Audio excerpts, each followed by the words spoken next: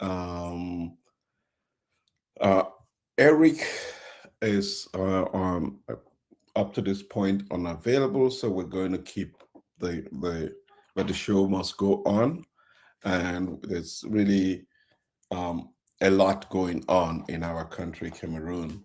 Leopold, thank you for joining me here. You seem to Yeah. be in outer space because Yes, I'm trying to. Hello, hello, everybody. Yes, I'm not yeah, in the usual location, but yeah, still in Africa. okay. And But I Eric will join. Eric will join. Eric will shortly, join. yeah, yes. And Ivy, please keep an eye on admitting people as we go along. I just wanted to begin today again, obviously thanking many of you who I see have really been regular with us. It's been um, um, since the month of August 2025, where we've gone every Saturday. It's tremendous sacrifice being made by each one of you. Um, to each one of you that has, it's Eric trying to reach me, um, that has showed up. The numbers have gone up, they've gone down, they've been dwindling, but the fact of the country has not changed. It still continues to get worse. We're also doing this in the context of post constitutional amendment in our country and the period of time that we've seen um, leaders of the country actually disappearing, um, which for any country in the world, that's just tremendous know-how that is vanishing into essentially the graveyard without any transition of history, technical know-how to a next generation that is supposed to be able to lead our country. We do not celebrate the loss of any life, but we take note of the fact that we have seen, beginning, the president of the Economic Social Council, the president of the Senate, the Speaker of the House, all of this cycling off when they could have done this 20 years ago and our country would have been in better shape. Including some generals, Eric. And including generals. Currently, I found out both the Senate and the House has 41 vacancies. 41 vacancies, and they Yeah. went ahead and passed a constitutional amendment where the voice of the people not represented essentially from those parts of the country where they have no replacement. So there's so much the country in itself seems to have completely disintegrated into what its non-existence in legal terms of what a country should be, and it's lamentable and regrettable, and it's noteworthy. It's noteworthy, and Paul, I'll get you to comment on this as well. I also note that Eric has joined us. It is noteworthy. Anybody can look at the president's Twitter feed or statements. Not that no statements are coming forth to celebrate the lives of these people who for decades did his bidding, but it just tells you the kind of leadership that we had in our country, and it's regrettable. And I'm sure that Eric would have a lot to say, but I'm going to turn it up to you, Leopold, to just welcome our French-speaking audiences. I know we're broadcasting on several other platforms. And then after that, we'll talk about why all of this is pertinent to the discussion that we're going to have today. Yeah, merci beaucoup, Harry, et nous souhaitons d'avance un bon week-end et une bienvenue à toute notre aimable audience francophone. Effectivement, l'actualité au Cameroun est assez préoccupante, mais bon, quand des gens s'en vont après une vie bien remplie, au-delà de 80 ans, je crois qu'on devrait, en principe, dans nos traditions, les célébrer. Et donc, mais à l'échelon d'une nation, le problème de la continuité se pose. Bon, pour ce qui est des deux anciens présidents du Sénat et de l'Assemblée nationale, bon, ils ont vécu une vie bien remplie, elle était bien pleine. Ils ont été remplacés quelque temps avant leur disparition, donc cela ne pose pas spécialement de problème, mais le problème, c'est plutôt ceux qui disparaissent étant en fonction. Et tout à l'heure, nous avons évoqué le cas des généraux. En fait, il faut dire que depuis le début de l'année, c'est le deuxième général qui part. Parce qu'avant ça, il y a le général Camille Nkoatenga, qui est parti en début d'année. Et puis là, nous apprenons le décès du général Braille. Bon, il y a une rumeur sur un autre général, mais ça n'a pas été confirmé. Donc, il vaut mieux ne pas en parler. Ça donne l'impression que ça donnerait l'impression qu'on souhaitait leur départ. Non. Bon. Mais la question, c'est dans un pays qui a plus de 70% de jeunes de moins de 30 ans, je veux dire, quelles sont les dispositions que l'on prend? Et puis, voilà, ça préoccupe. Et puis, nous lisons ce qui se passe, ce qui se dit dans les réseaux sociaux. La préoccupation, c'est celle du chef de l'État. Ça, il faut bien le dire, parce que nous ne devons pas non plus faire comme si c'était quelque chose de nouveau ou bien de surprenant, parce que nous les voyons tous s'affaiblir. Nous les voyons tous s'affaiblir. Et puis, nous nous posons des questions. Quelles sont les dispositions que l'on prend pour pouvoir préserver la continuité, la stabilité d'un pays aussi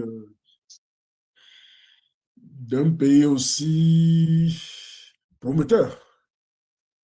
Parce qu'il ne faudrait pas qu'on soit négatif. C'est un pays prometteur. Malgré les secousses, il est prometteur. Et ces secousses sont à la mesure de la grandeur qui est promue pour ce pays. Donc, voilà un peu ce que je pourrais dire, Henri. C'est préoccupant. Nous devons vraiment garder un œil dessus et surtout penser au futur, penser à l'avenir. C'est d'ailleurs ce qui nous préoccupe à Project C. Nous pensons vraiment, vraiment au futur. C'est pas... Et nous interpellons ceux qui sont en situation de gouvernance. Dire que, attention, vous n'êtes pas seul à y penser et puis vous devriez vous ouvrir davantage aux autres Camerounais, tant de l'intérieur que de la diaspora. Parce que dans les villages, on dit on n'attache pas les mains, on n'attache pas un fagot de bois avec une seule main. Les gouvernants, nous estimons que c'est une seule main parce que nous les voyons peiner. Ça, sincèrement, nous les voyons en difficulté.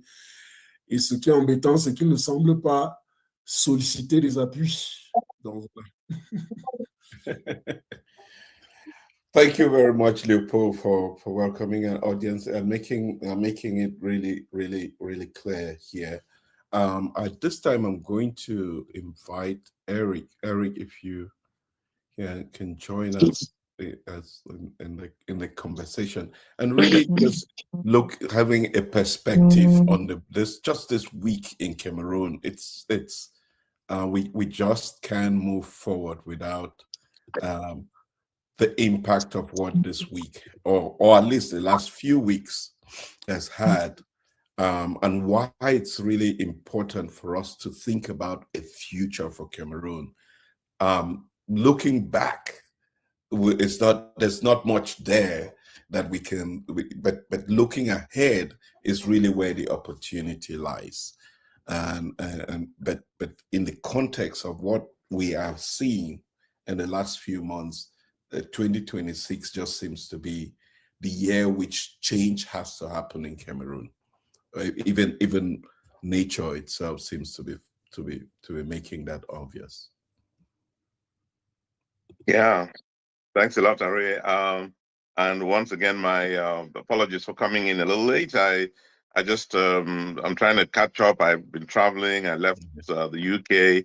I got to Brussels last night, and it's just been not easy getting my balance, and but we're together now, and I'm really happy to be here again. This is as I sat down to get myself ready, and I was opening up and looking at my emails, and one of the first things I fell on was, again, the death of a close friend, brother, colleague of mine, Kevin Jomo. Few of you might know who he is. Many might remember. Kevin was a sportscaster, one of the so full of life. And even as late as a few days ago, at the funeral of another very close friend and brother, the late chairman of the CDC, Sona Ebai, Hope Sona Ebai, Kevin was there. And going back to the old days, he came with a band. Kevin used to be part of a boys band like Sona was, and they were out there singing and, recalling the good old days. And here we are a few days later to learn that Kevin has already passed. And it hit me hard, simply not because I'm not, I'm prepared for that. We all, I'm personally prepared for it. This is, gotten to a point I was telling my friend, I called a few friends, I was telling them, I said, we're in that age where, these things should be fairly normal. I mean, all of us, my friends and myself, we must count ourselves as lucky to have been born in this country and to have lived the lives we lived in Cameroon. Back then, when as students, when I went to the University of Yaoundé, we had a bus pick us up every morning to go to school. Everybody had, some money in their pockets at the end of the month, paid for by the government. Back in the 70s and 80s, that's the Cameroon we knew. It was a joy being in Yaoundé. I remember leaving and going to the United States for further studies and eager to just get back home to the Cameroon that I knew. So as we reflect on it, as we looked back, just looking at my friend Kevin's, as I was reflecting on his life, all of these memories came back, the Cameroon we knew. And it came to me as further motivation to search for that Cameroon. Because whether a lot of things were not in place, but I'm telling you, there was hope. There was everything to drive us towards a future of hope, a future of gratitude to the Almighty for everything they gave us as Cameroonians. The reason the government at the time could afford to give us those scholarships and to provide a bus service to students was not only because they didn't have enough, they wanted to encourage everybody to go to university, but was because there was enough to look forward to. There had been the announcement that oil had been found in Cameroon. Our coffee, our cocoa, our timber, these things were flourishing on the world market. So there was a future for Cameroon. We all could see that. And it was a pleasure to be Cameroonian. We were happy. I came to France, I went to China, I went to the United States, and everywhere I could beat my chest, proud to be Cameroonian. This was the Cameroon we knew. And so when I'm, as I heard of one death after the other, I could not help but look back and say, what happened? What happened in the last 20, 30, 40 years? What happened? And why can't we go back? And this is that conversation that we want to engage with everybody. I missed the first few minutes, but I know that I usually say these things better than I ever can say them. So I'm sure that he must have told you some. But we've got to ask ourselves, what is the Cameroon that we're looking to rebuild? What is it to be Cameroonian? When I look at, I was reading this French line, jamais 203. There's no, the horrible English translation would be, there's never two without three. So 1, 2, 3, and when I saw that again. Or you can use the movie which says the postman rings twice. Exactly. You always say the right things, Harry, and you're my young brother, but I have to learn from you a lot. And it's okay. I'm learning to do that. So the question now in the minds of most Cameroonians, they may not say it, but the question on the minds of most Cameroonians now is, who's the third one? Yeah. God must be a comedian, he wants to count from 3 to 1 instead of from 1 to 3. But having said that, we cannot but ask ourselves these questions. Now, what are these people leaving back? Mr. Nyat will re-emerge on the other side of life, and Kavayeye would emerge on the other side of life, and the question would be, what Cameroon did you leave back? Are you proud of the nation you built? And they have to find answers to those questions, whether they like it or not. And it's too late for them to do anything about it, but they have to find answers to those questions. So Mr. Nyat would be asked, sure, there was electricity for everybody. And all you had to do was planify the population growth, urban growth, and growth in the delivery of power, growth in the production and distribution of energy. That's all you had to do. Did you do it? Mr. Kavayeye would be asked. It was about the management of the state, of the resources of the country, of the budget. And every year you approved a budget. Did you take into account all of these things? A growing population of young people coming out of college, needing jobs, needing an economy that was a productive economy, creating jobs for these young people to be able to find value in their lives. Mr. Kavayeye, did the budgets that you approve, you and your other parliamentarians, did those budgets take into account the need of these young people that we were providing to you? Who should have been the strength of your economy? Who should have been the reason you were approving budgets and trying to build the economy and ensure that this country was on the right track, and that governance, the right governance. We gave you the minds to implement proper governance in Cameroon, and the parliament to ensure that this was happening, even if we gave you a bunch of thugs in the executive branch of government. People, how could you see all of these civil servants becoming the wealthiest people in the land? How could you accept that? And the only way they could become the wealthiest people in the land was through the use of the national budget. How could you, Mr. Kavayeye, you and your parliamentarians, how could you accept that? So this guy would emerge on the other side of life, and guess who will be receiving him?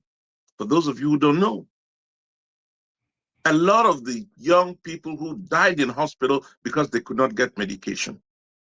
A lot of the young people who died in the desert because they were trying to cross over to a better life someplace else because they couldn't find it in Cameroon. All of these young people will be waiting for Mr. Kavaye and Mr. Nyad Gifenji and all the others and say, welcome, give us an account of your stewardship. This is going to happen. Whether you like it or not, it's going to happen. And it's too late to do anything about it. So, you know, we're going to be talking a lot going into the future about the future of Cameroon. But every member of parliament, every member of government, I'm not a preacher. I'm not even, I'm nothing close to, I don't even, I don't have a lot of faith in our churches. But I couldn't agree more with the Pope, Pope Leo, Pope Leo, who was in Cameroon recently, the 14th. Couldn't agree more. Was asking you the fundamental questions. Are you all listening? Are you all reflecting on it? And beyond you in the leadership, what about each of us? Are we all, Irene, myself, Leopold, everybody on this forum and beyond? Are we all reflecting on the roles on what we must do to ensure that this country moves forward? This country to which God has given so much in terms of natural resources, in terms of human resources, in terms of the talent, in terms of everything we have. What are we individually doing? A lot of you are saying, oh, Mr. Chiroma is not doing anything, so we can fall back to life as usual. No, it's not about Chiroma. It's not about Chiroma. Oh, what are you doing to ensure that Chiroma, at least, who has a program, what are you doing personally to ensure that he gets there? And let me use this opportunity to say it's not over. If anybody in Yaoundé is sitting on their laurels and thinking it is over, let me reassure you it's not over. Mr. Chiroma or somebody with the Chiroma program will get to Cameroon soon, whether you like it or not, because the country cannot continue the way it's going. The corruption cannot continue. The use of our natural resources, of our oil resources, cannot go the way it's going right now.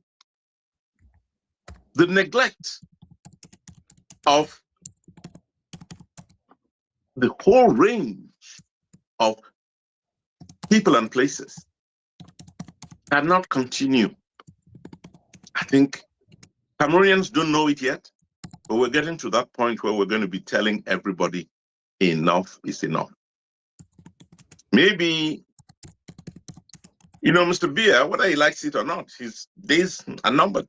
Whether he likes it or not, that's the point. His days are numbered. And let some clown not think they will impose on Cameroonians again anybody or anything that will continue this system. This system is the problem. It's not even Mr. Bia. He created it, but the problem is he's small. Who is he? Who is Paul Bia? Who is he?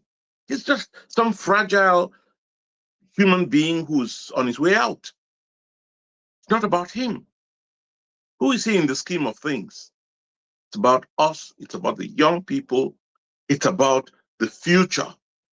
It's about the unborn child. And it's about the child who's just been born, who will be looking for a life going forward. And we, each of us here, those of you listening to me now, and those who will be coming on board through other platforms to see, to work with us, to follow us, it's not so much about us as it is about a country and its people who are blessed. I don't want to think we are cursed. No. The curse is for others. They will deal with it when they get to the other side. So we're beginning a conversation now, and I want to stop here. We're beginning a conversation now about this future. We believe that it's about the nation that we don't have yet, because we need to understand what it is to belong to a nation and how that nation is governed. So the Constitution. It's about these things. And I hope you will join us in deepening our reflection in these issues. We need to deepen our reflections on these things, because that's how we will pay our dues. That is how we will deliver on the promise. That is how we will do what we have to do, so that when we go on to the other side, we will not be welcomed by children who were assassinated. when we go on the other side, we'll be welcomed by angels who will tell us, come home, you're finally home. So, Are, I'm mixing spirituality and religion and morality and you name it. It's all in the mix, but that's where we have to go. Let me turn it over to you, my brother. And thank you for being who you are. You know, you're just such an amazing guy. Thanks, Eric. Thank you very much, Eric. Yeah, before you join us, Leopold had welcomed a French-speaking audience, and you know everything that you said could be summarized in the letter that you had written to Cameroonians at some point, and I think I would like to play that video of the summary of that letter in French first, since you just finished speaking in English, and then after that we would listen to it in English, and we would have a follow-up conversation. Then we would open up the discussion about the refounding of a new Cameroon, and our goal here will be to have as many voices come in. I see Kingsley Shetter with us and a few other people that we would love to hear from you once we share with you the ideas that we have, because these are only ideas. Those ideas will be given life by you, the people. The appeal that Eric has made to each one of us to take the destiny of our country into our own hands, and this is the moment. We've waited for too long. So we must do that now. So I will start with that video. Léopold, je vais lancer cette vidéo en français d'abord, et après on peut échanger sur cette vidéo et on va aussi revoir ça en anglais. Tout à fait, oui. Okay. Tout à fait. Let me share.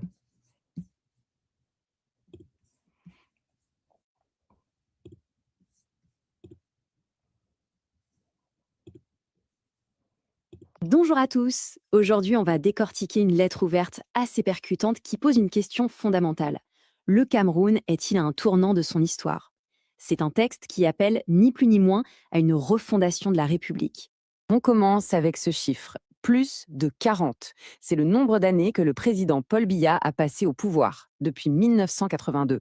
Pour l'auteur de la lettre, cette longévité, c'est vraiment la clé pour comprendre où en est le pays aujourd'hui. D'ailleurs, l'auteur, Éric Shinge, ne mâche pas ses mots. Il écrit « Notre nation se trouve à un carrefour historique ». Voilà, dès le début, le ton est donné. On sent bien l'urgence du message. Alors, voici le programme pour y voir plus clair. D'abord, on va se pencher sur le diagnostic posé par la lettre. Une nation à la croisée des chemins, un État en crise et une unité nationale qui s'effrite. Puis, dans un second temps, on verra les solutions proposées. Cet appel au renouveau, l'idée d'une nouvelle constitution et, pour finir, ce fameux choix décisif auquel le Cameroun serait confronté. Alors, première partie, une nation à la croisée des chemins. L'idée, c'est qu'après des décennies avec le même dirigeant, il y a un sentiment général que les institutions, le socle même du pays, sont, disons, un peu à bout de souffle. Et là, la lettre avance une idée assez forte. Le pouvoir réel ne serait plus vraiment dans les institutions prévues par la Constitution, mais plutôt entre les mains d'un petit cercle, un groupe non élu. La conséquence directe de ça, eh bien, la confiance des citoyens s'érode et une grande incertitude plane sur tout le pays. On enchaîne avec le deuxième point, la crise de l'État. Là, la lettre va plus loin. Elle détaille ce qu'elle appelle le déclin des institutions. Et attention, on ne parle pas de concepts abstraits, mais de conséquences très concrètes dans la vie de tous les jours. Pour illustrer ce déclin, la lettre prend des exemples frappants. Ça commence par un pilier de la société, l'éducation. La phrase est simple et directe. Nos écoles peinent à fonctionner. Ensuite, même constat, tout aussi inquiétant, pour le secteur de la santé. Nos hôpitaux manquent de ressources. Ça parle tout de suite à tout le monde, évidemment. Et pour finir, les infrastructures de base. Le diagnostic est sans appel. Nos routes sont défaillantes. Quand on met tout ça bout à bout, les écoles, les hôpitaux, les routes, la lettre suggère que la promesse d'une vie meilleure semble s'éloigner pour beaucoup de Camerounais. On arrive maintenant à la troisième partie, et c'est peut-être le point le plus grave soulevé par l'auteur, l'érosion de l'unité nationale. Au-delà des problèmes matériels, il y aurait une menace encore plus profonde qui pèserait sur l'avenir du pays. Il faut bien se représenter la richesse incroyable du Cameroun. On parle de plus de 200 communautés ethniques, de nombreuses traditions linguistiques, et cette diversité, comme le rappelle la lettre, a très longtemps été une fierté, une véritable force. Et c'est là que le contraste est saisissant. Autrefois, cette diversité était vue comme une force. Aujourd'hui, la division serait devenue la réalité. L'auteur affirme que la méfiance, les tensions entre les régions ont pris le dessus, transformant ce qui était un atout en une fragilité. Et pour que ce ne soit pas juste une affirmation en l'air, la lettre donne un exemple que tout le monde connaît, la crise anglophone. Elle est présentée comme le symptôme de tensions bien plus anciennes, de problèmes constitutionnels jamais vraiment réglés et d'un sentiment d'exclusion très fort. Bon, après ce diagnostic assez sombre, on pourrait s'arrêter là. Mais non, et c'est toute la force de la lettre. Elle bascule vers la suite. C'est l'appel au renouveau. On passe du problème à la solution. Et tout ce projet de refondation part d'une question en fait très simple, mais absolument fondamentale. Que signifie au fond être camerounais aujourd'hui? C'est vraiment le point de départ de toute la réflexion. Pour l'auteur, la réponse se trouve dans une nouvelle constitution. Mais attention, pas juste un document juridique, plutôt un nouveau pacte social, un contrat qui redéfinit clairement les valeurs communes, les droits, mais aussi les devoirs de chacun. L'idée, c'est de faire de la citoyenneté un engagement de tous les jours. Ce qui nous amène à la cinquième partie.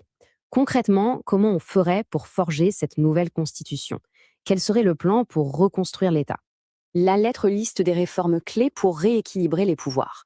Par exemple, un parlement avec un vrai pouvoir de contrôle, une justice vraiment indépendante, une gestion transparente de l'argent public, beaucoup plus d'autonomie pour les régions et les communes, et un point essentiel, des limites claires au nombre de mandats présidentiels. Mais la manière de faire est tout aussi importante que le contenu.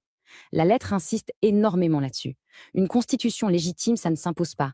Ça doit naître d'un grand dialogue national ouvert à tous. Les chefs traditionnels, la société civile, la diaspora. Bref, l'idée, c'est une constitution faite par la nation, pour la nation. Et on arrive à la conclusion, au moment du choix. La lettre se termine en posant un défi, une alternative très claire pour l'avenir du Cameroun. En gros, il y a 2 chemins possibles. Le premier, on continue comme avant, avec un système que l'auteur juge défaillant. Le deuxième, on se lance, tous ensemble, dans ce grand chantier pour rebâtir la République sur de nouvelles bases. Il y a cette phrase qui résume tout. La question n'est pas si le changement viendra, l'histoire nous assure qu'il viendra, la question est de savoir comment. Pour l'auteur, c'est une certitude, le changement est inévitable. La seule inconnue, c'est la façon dont il arrivera. On termine donc sur cette question un peu provocatrice laissée par la lettre. L'avenir du Cameroun sera-t-il le fruit de la sagesse d'un processus maîtrisé et pacifique? Ou bien est-ce que ce sera la crise qui l'imposera? La question reste ouverte, comme un appel à la responsabilité de tous.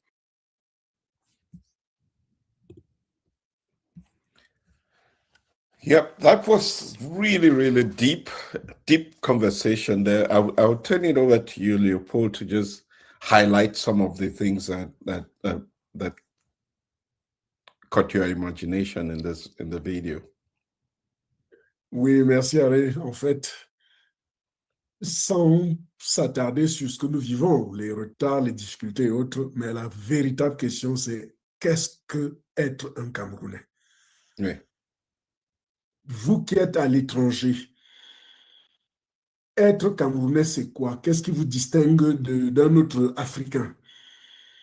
Est-ce que c'est l'organisation des All Communities Conventions ou machin? Non. Quand on regarde les autres pays, les pays asiatiques, les Libanais et autres, à l'étranger, ben, on se demande si ces pays-là ont aussi des diversités ethniques. Et pourtant, il y en a.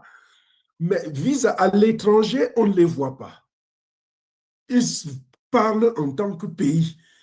Quand vous voyez des Indiens, par exemple, dans tous les autres pays africains où nous avons été, ils monopolisent l'immobilier et autres, dans les problèmes fonciers. Alors, mais vous vous demandez, attendez, ces Indiens-là, est-ce qu'ils sont tous de la même tribu? Non. Alors, être Indien, c'est quoi? Nous, on peut répondre à leur place. Mais pour nous, être Camerounais, qu'est-ce que ça veut dire? La nation là, ça comprend quoi? Les différentes communautés camerounaises, comment on les gère? Comment on fait en sorte qu'à l'extérieur, on dise on est Camerounais, on n'est pas originaire de X ou Y, puisque de toutes les façons, en tant que Camerounais, nous le savons déjà. Donc, ça, ce sont les subtilités que la lettre d'Éric pose et c'est important qu'on puisse un jour, peut-être pas pour nous, mais pour nos enfants, qu'ils puissent savoir que voici les étapes, les cheminements. Juste comme ça, une allusion. En 69, quand Collins, Aldrin et autres ont été à la Lune, c'est le drapeau américain qu'ils ont planté. Ce n'est pas le drapeau du Texas ou bien de la Californie ou de je ne sais pas trop quoi. C'est le drapeau américain qu'ils ont planté sur la Lune. Mais le Cameroun à l'heure actuelle, si vous placez un Camerounais dans la Lune, je ne suis pas sûr que c'est le drapeau camerounais qu'il passera. Je dis tel que c'est parti. Alors, nous devons régler ce problème-là, effectivement. Donc, c'est vraiment une invite au dialogue, à l'appel. Ce n'est pas facile, mais de toutes les manières, il faudrait qu'on puisse s'entendre sur le minimum, qu'on puisse se dire que être Camerounais, ça veut déjà dire que nous sommes d'accord de regarder ensemble, de se mettre ensemble et de regarder dans la même direction.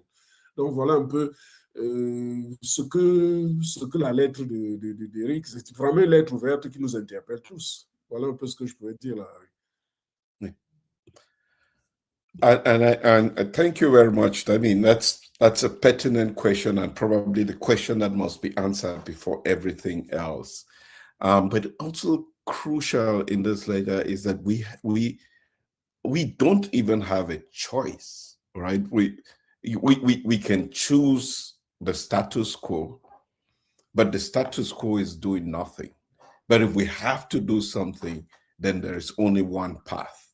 We have to answer this question and we have to put this country on a path to prosperity. And to your point, not just for us, but for generations to come. We owe it to posterity to do this for generations to come, because that window is closing and this country may eventually just degenerate into chaos.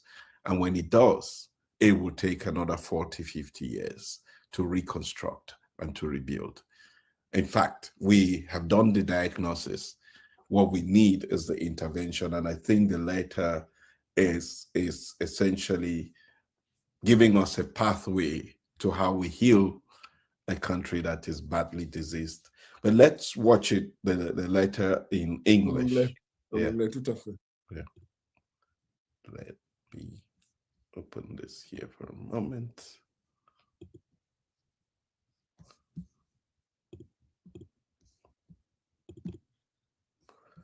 Okay.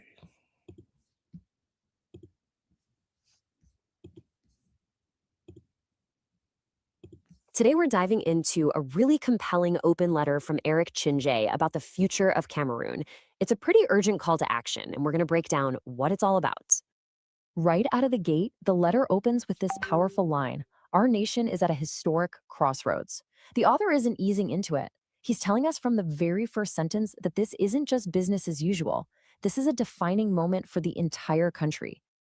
So why is it a crossroads? Well, it pretty much boils down to this number: over 4 decades. The letter frames the entire situation in the context of a single president, Paul Biya, who has been in power since 1982. The author's point is that after such an incredibly long stretch, it naturally raises some huge questions about where Cameroon goes from here. And that brings us to the first major theme of the letter. What does it really mean to be a nation at a crossroads? Well, according to the author, after so long under one continuous leadership, the very foundations of the country, its core institutions, are beginning to crack. And he gets really specific here. The argument is that real power isn't in the hands of the transparent government bodies you'd expect. Instead, he says, it's become concentrated within a small circle of unelected actors. And that, he argues, has sparked a major crisis of both governance and legitimacy.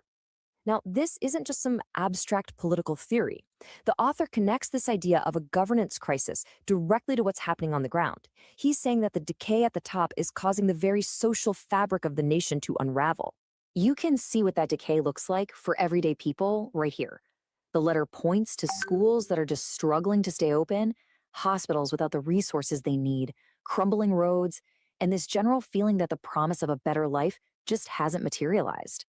But as bad as failing roads and hospitals are, the author says there's something even more dangerous going on. Beyond all the material problems, he calls the most worrying development the erosion of national cohesion. He's talking about the very glue that holds Cameroonians together. So, what exactly is this national cohesion? Well, in a country as incredibly diverse as Cameroon, we're talking over 200 ethnic groups, different languages. It's that feeling of a shared identity, a common purpose. Historically, that diversity was a huge source of strength for the nation. And according to the letter, that strength is now at risk.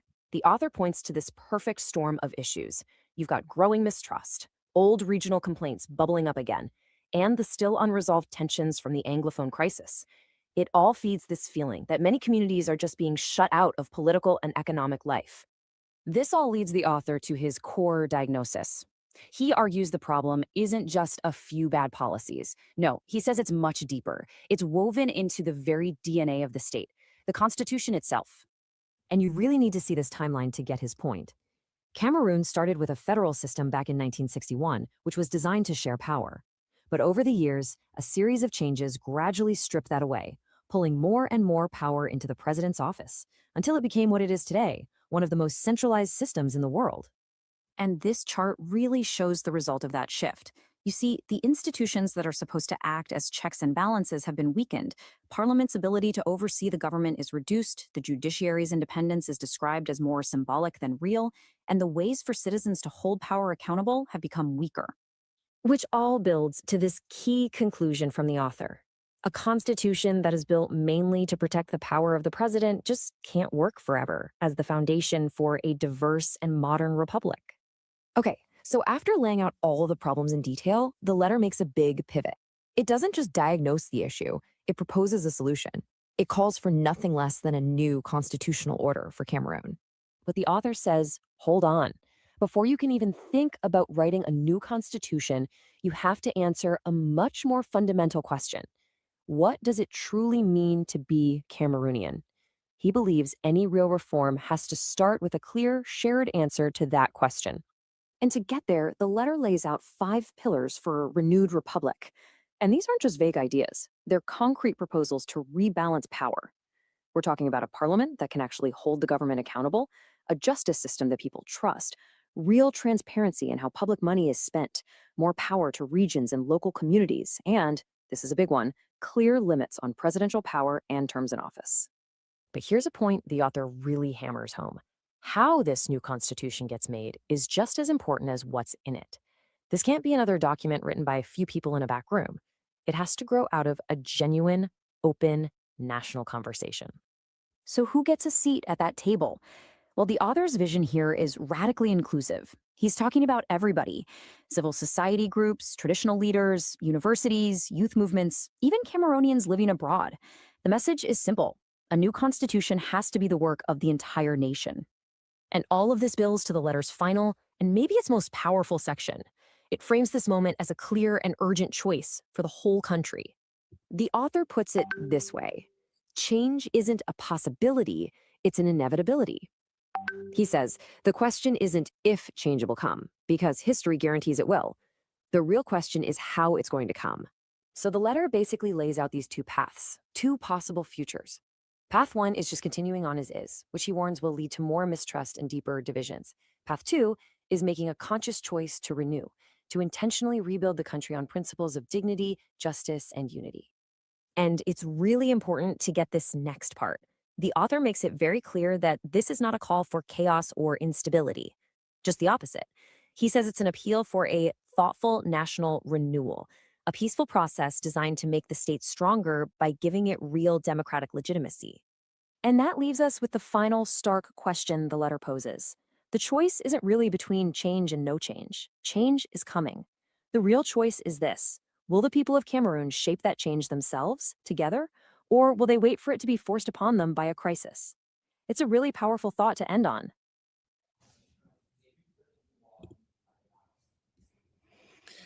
Yeah, again, that's very, very deep appeal to the Cameroonian people.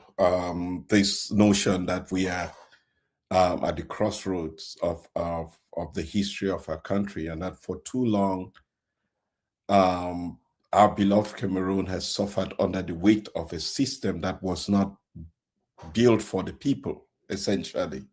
A constitution written in another era, patched and amended based on the whims and caprices of the leaders, and never truly owned by the people it claims to serve. Everybody knows this truth to their bones, and this there comes a time in the history of a people where the people have to take their destiny into their own hands. And I think Cameroonians deserve a country that is built on justice, equality, and hope for future generations. And that the status quo does not inspire that at all. But more importantly, we have to remember that a house that is built on a broken foundation cannot stand. This house, Cameroon, cannot stand too long on the foundation that it's on. You know, our laws, freedoms, the future must have to be built on a solid foundation, and that's what the opportunity of this moment offers.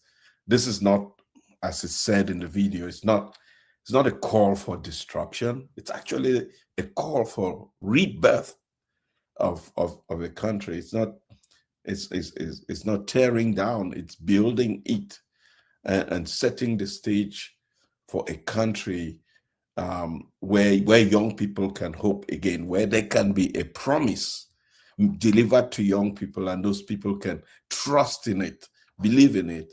And to do that, you have to put it in a process where we own it, where our brothers and sisters, we should see ourselves as brothers and sisters, and we should carry Cameroon in our heart in this process.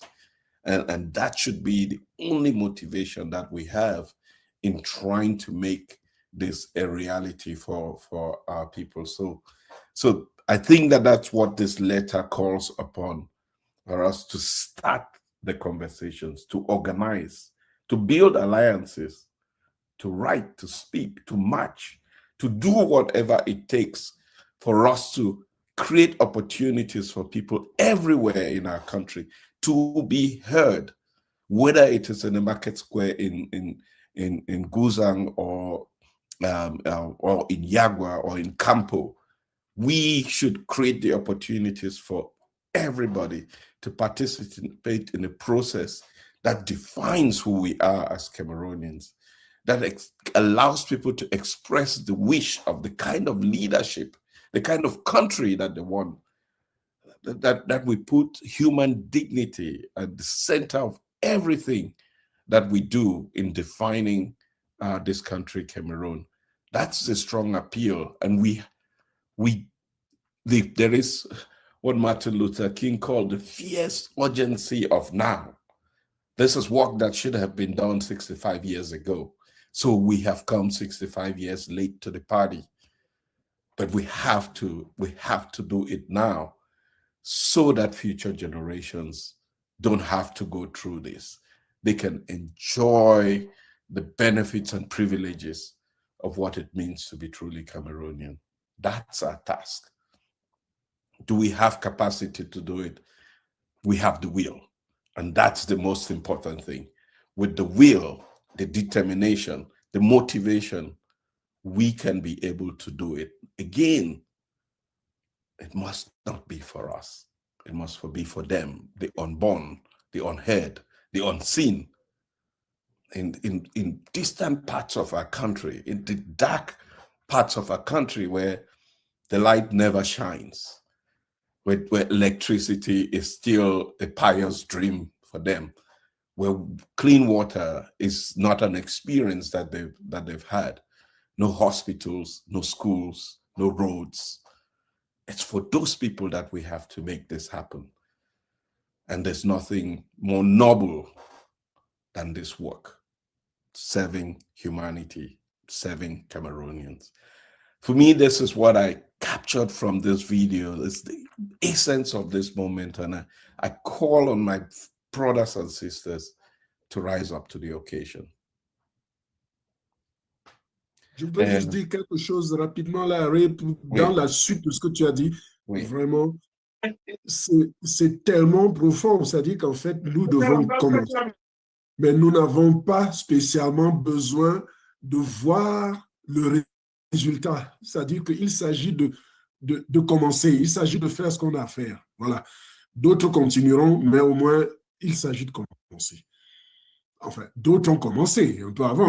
Puis, il y a eu des dégradations, ça c'est clair. Mais aujourd'hui, il faudrait qu'on rectifie, qu'on redresse et qu'on aille vers cette nouvelle constitution, ce nouveau concept de nation. Nous pouvons ne pas voir le résultat, mais ce n'est pas un problème. Ce n'est pas un problème, c'est ça que je voulais dire. Et pour la suite, ce travail ne va jamais terminer. Parce que le travail de bâtir une nation, c'est un travail quotidien. C'est un travail qui ne va jamais arrêter. On doit continuer à construire au lieu de détruire. Donc, tu as bien une raison pour ça. Eric? Yes, Harry, oui, entièrement d'accord avec Léopold. Et toi, on doit se poser la question. Chacun de nous, dans son esprit et dans sa tête, doit se demander, mais quel Cameroun j'aimerais avoir? Dans quel pays j'aimerais appartenir? Chacun de nous doit se poser la question. Et pas seulement dans son esprit, mais poser cette question aux voisins, aux membres de la famille.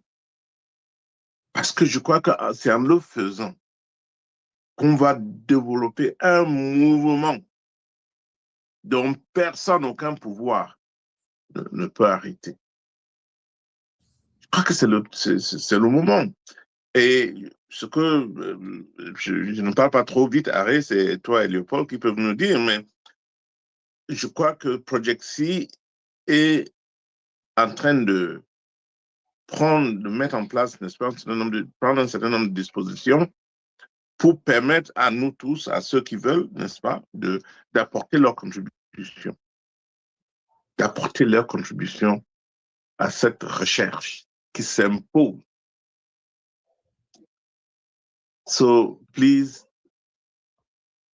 stay with us. Ari and Leopold and the others, the thinkers in our group are going to be telling us what we can do, what we should do to contribute to this massive movement. And if this movement becomes as massive as we think it should, if people everywhere in Cameroon are sensitized to the fact that something must give, that we can be that beautiful country on the hilltop that everybody will be looking at, that shining light, that we can be. If we are convinced, it has to start from inside. It has to start from the thought, the words, and the action. We're inviting you to think about the country you want. Let us reflect on it. Let us articulate it. Let us speak it. Let us write it. And then let us act on it. That process, and I go back to this again with the Chiroma fact, the last elections were supposed to allow us to get into this. It doesn't matter what anybody else is saying. Oh, Mr. Chiroma is hiding somewhere in the Gambia and so on. No, that's besides the point. The elections were supposed to allow us to generate the energy to do what we have to do. And he came up with a proposal. Let's organize conferences to reconcile the nation. We need reconciliation in Cameroon. Let us organize forums to rethink our constitution. He said, that was in his program. Let us think about how we reorganize the justice system so we can free it up from the grasp, or from the grip actually, of the executive branch. Because that's the problem we have in Cameroon today. Think about it.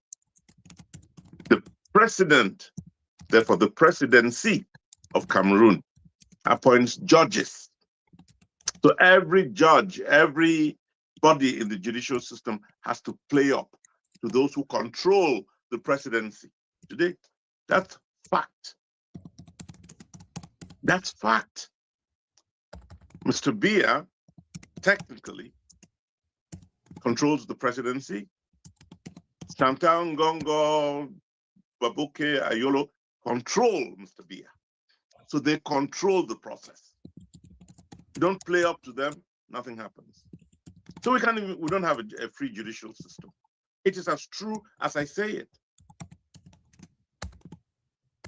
The civil servants have replaced businessmen as the wealthy sons and daughters of the land. That is why our economy is at a standstill.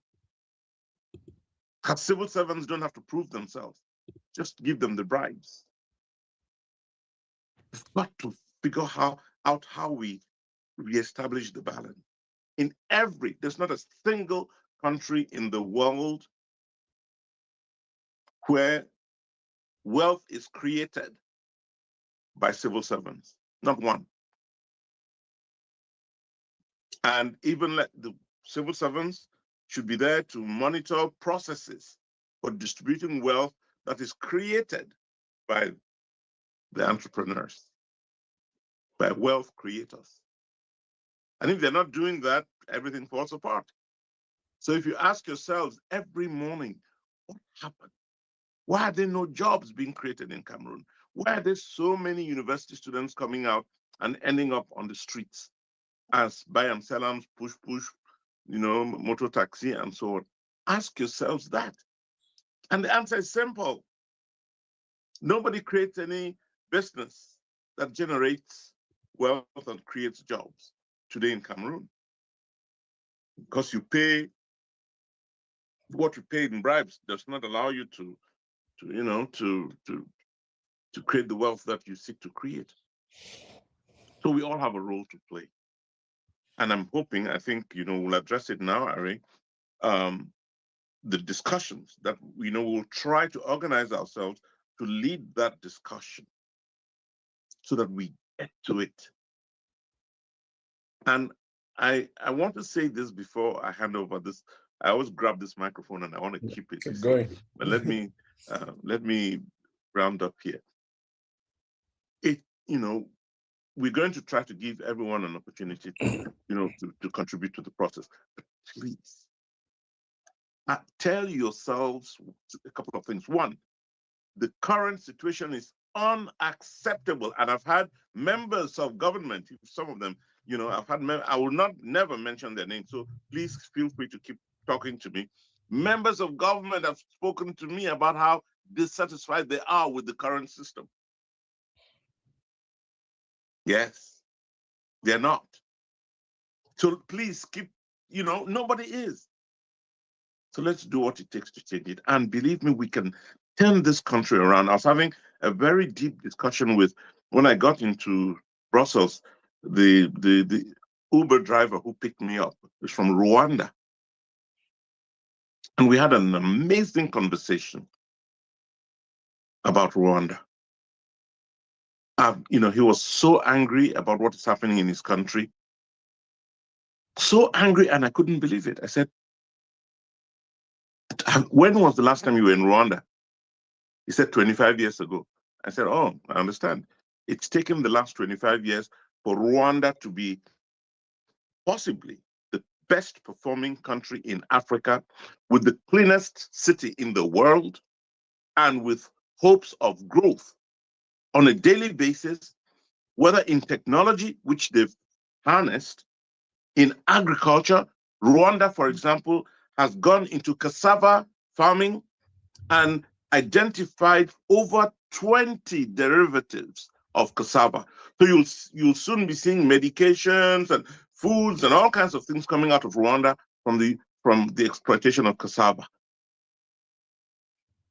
And that's what it is taking to not only create wealth in that country, but to ensure that Rwanda becomes the country, one of the leading countries on the continent. And think about it. Is it cassava that Cameroon cannot have? Is it plantains that Cameroon cannot have? Is it timber? Is it gold? Is it diamonds? You name it. Whatever it is that creates wealth, Cameroon can have. And free up Cameroonians. Look at what Cameroonians are doing across the world. I was reading a piece yesterday on the Conchu brothers, 3 of them, and their sister, 4 of them, who've just, gone into the high finance in the world, and they are determining. They're one of the leading families in the world today, families in a sector that they seem to have dominated. They're all Cameroonians. Go into other sectors around the world, you'll see it.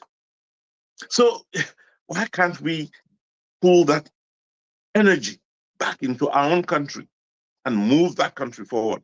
This is doable. This is not wishful thinking. It's doable, and we can do it, but it all begins with 1, our commitment to nation, 2, the constitution that allows us to govern ourselves the way we should, and 3, putting in place institutions that will allow us to do what we have to do. And I think that's what we're counting on Are and Leopold and others to help us do. Over to you, Are. Yes, thank you. Are. Yes, s'il te plaît, Are, juste. Cela suppose effectivement que le Cameroun se réconcilie avec lui-même. C'est incontournable et indispensable. Mais pour cela, en pensant à la journée d'aujourd'hui, comment ne pas avoir une pensée pieuse, une pensée pour le regretté Anissé Kane, le héros Anissé Kane qu'on enterre aujourd'hui, et qui se battait, qui a consacré sa vie vraiment pour ce pays. Nous sommes, de toutes les manières, s'il était encore là, il aurait forcément été de l'équipe de réflexion que nous sommes en train de mener. C'est-à-dire vraiment une petite minute de silence pour lui. Vraiment, c'est... S'il vous plaît. A minute of silence here for Anissé Kane, who's been buried today in Cameroon.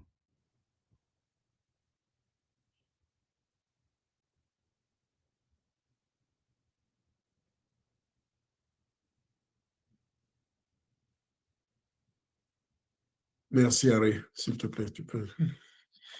Thank you, Leopold, for drawing our attention to that. And that in itself, if anything, should be the motivation for us to continue the work that he very much wanted to see come to fruition.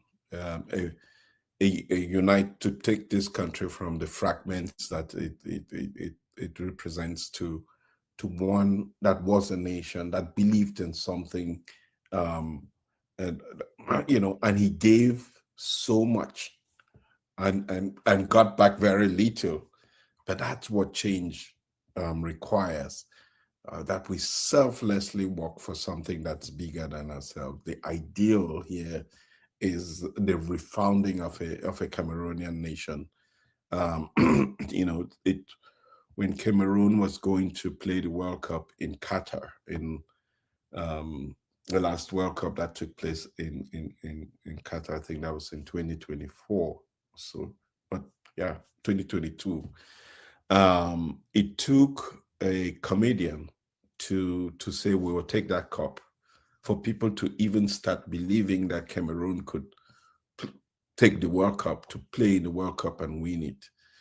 And in the same breath, too many of us may think redefining this country is difficult and maybe impossible. But that's it was Mandela who said it's always impossible until it is done. If you do not start, you wouldn't know whether you can finish. Or even if you start, you must not be the one that finishes, because in a football team, and there's, you could start the game, but somebody else could finish it. In a football team, not everybody scores the goal, but the entire team celebrates. And that's the harmony that we need to create.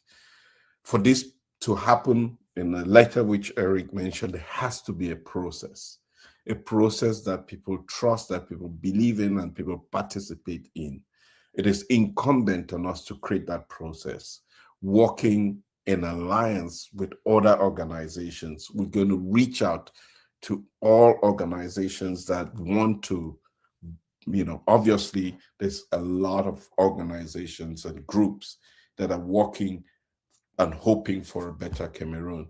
If we could just bring our energies together and focus on this one thing, that will come out as a blueprint for all the things that we want to achieve in one place, in one document that we can put in place for posterity. Because as it said, change is going to come. But when that change comes, or how that change comes, what would be the plan? And as it stands, there is none for our country, Cameroon. So we're beginning that conversation, and we'll stop here for now so that we can have the next 30 minutes that is just hearing from you in the audience what your thoughts are. And we'll take those thoughts as we build the plan that is eventually going to be shared. We have a team that's working on it, or that's going to be working on a timeline, and we're going to be working on defining the processes that will engage Cameroonians everywhere, whether it's online, whether it's in person, on the ground in Cameroon. All of those will be defined with feedback. But first, it may be a good thing for us to listen to your thoughts about having this open dialogue about the future of our country. And I know there are a few people who may want to speak. Please, Leopold, also feel free to come in as needed. But I wanted to turn to Kingsley. I don't know whether Kingsley is still... Yeah, Kingsley is there. Kingsley. Oh, I can't find Kingsley. And as we wait for Kingsley, I think it's time to recognize the role that Mimi Mepo Info and a host of others are doing to take the word out. And we're going to be reaching out, I think, to other platforms right now. It include the Rebecca Inonchung's what do you call it, X, or Twitter accounts, and our friend Ben King. Well, I was going to say Kingsley. No, Ben Ngali. Ngali.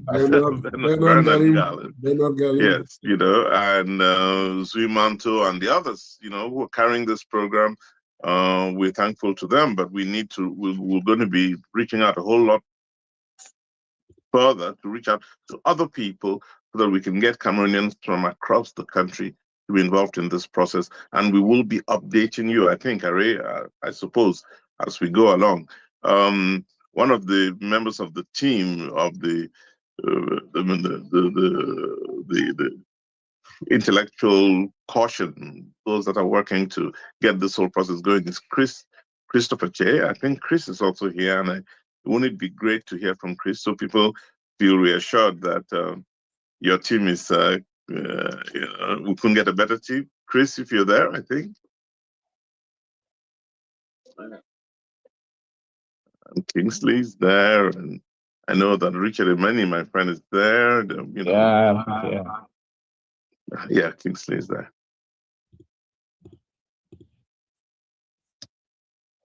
You called on Kingsley, right, Ari?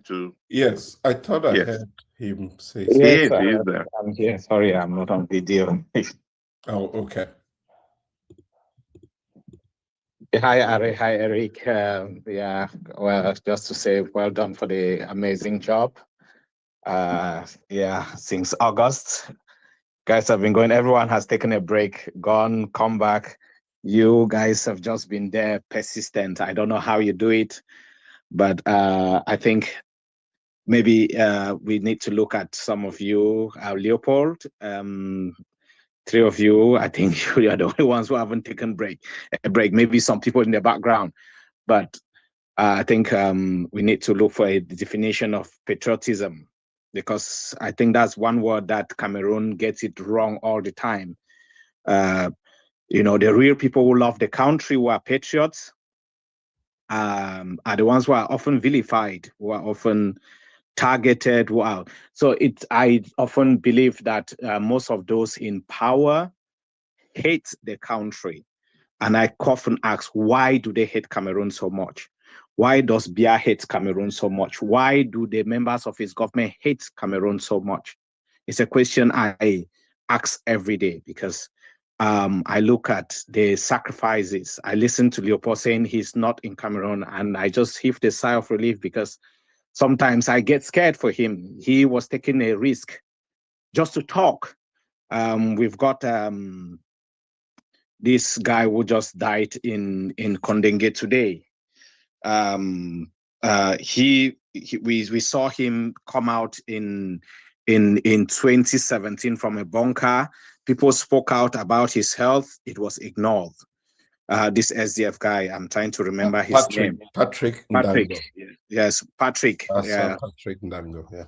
Ndango, yes, that's the guy. So you see that, I mean, I question, did he have to die for just speaking up? I've listened to some of the things he used to say then, just asking. We've got our young brother who sends the letter to the Pope, C. Conrad. He's there for just doing his job as a journalist. He's still in prison under those bad conditions. But I think that the list can go on about the people who are patriotic, who truly love Cameroon, who fight every day that the country can be better, who challenge, who have left and are abroad. The millions of Cameroonians abroad, who many people have just moved on because they don't even see a reason to want to, but the few people here who come here day in, day out. Mostly I see people from South Africa, from the USA, which is very early there now, coming up to just speak about the country. And I question, is it that we have a different Cameroon from the ones where these guys are doing everything in their power to tear down? But I've just been, I think I spoke briefly with Are, and I've been listening to the conversation. You've captured it so well, all of you, from the start. But I just feel that somehow 2025 marked a turning point in Cameroon's political trajectory. It set a pace which we are already following. We don't yet know how the path is like around every turn, but for some reason, things have just gone progressively. Compare that with 2018. We had elections were stolen. No, start with 1992. Elections were stolen then. We screamed and then just moved on because there was very little to do. 2018, same thing. They dragged the leaders to prison and then we moved on. Then 2025 came and suddenly no one is able to move on. Even the Biya regime has not been able to move on. You still, I think there are those things that you steal, and then you get to the point where you steal one and then it gets stuck with you. And there was a common saying during the last elections, that it's one thing to steal the village drum, but you need to find where to play it. And, you know, when they said it then, I thought it was just a joke, but suddenly I found that they're stuck. They are just postponed the municipals again. Strangely enough, the only reason they cannot hold the municipal elections is not because they don't have money like they claim. It's because they know that that is the one area they will be wiped out. They looked at the results from the presidential elections and they saw how dismal they performed across Cameroon. And they know that in local elections, results are declared by in every little corner. So if it actually happens, then what they saw in the presidential elections will be replicated in the locals. They don't want to take that chance. That is their biggest fear. So they keep shifting it and hoping that if they move it away for a period from the elections, people will forget. And then they can now hold the elections and hopefully reclaim some of the territories.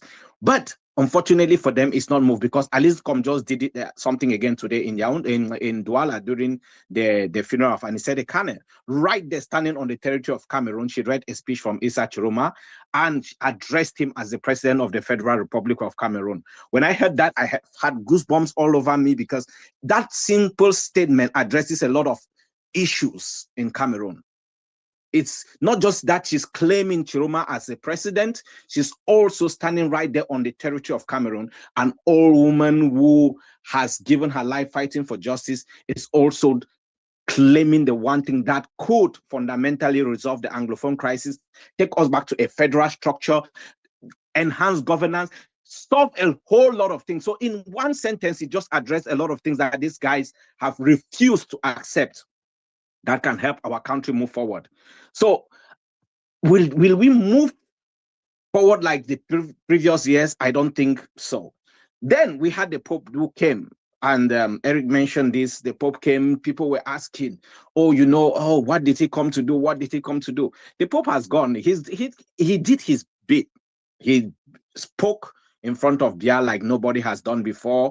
He spoke in Bamenda, went there where all of them have refused to go. They thought it was just a burial ground where people died. No one goes to Bamenda anymore. The airport was abandoned.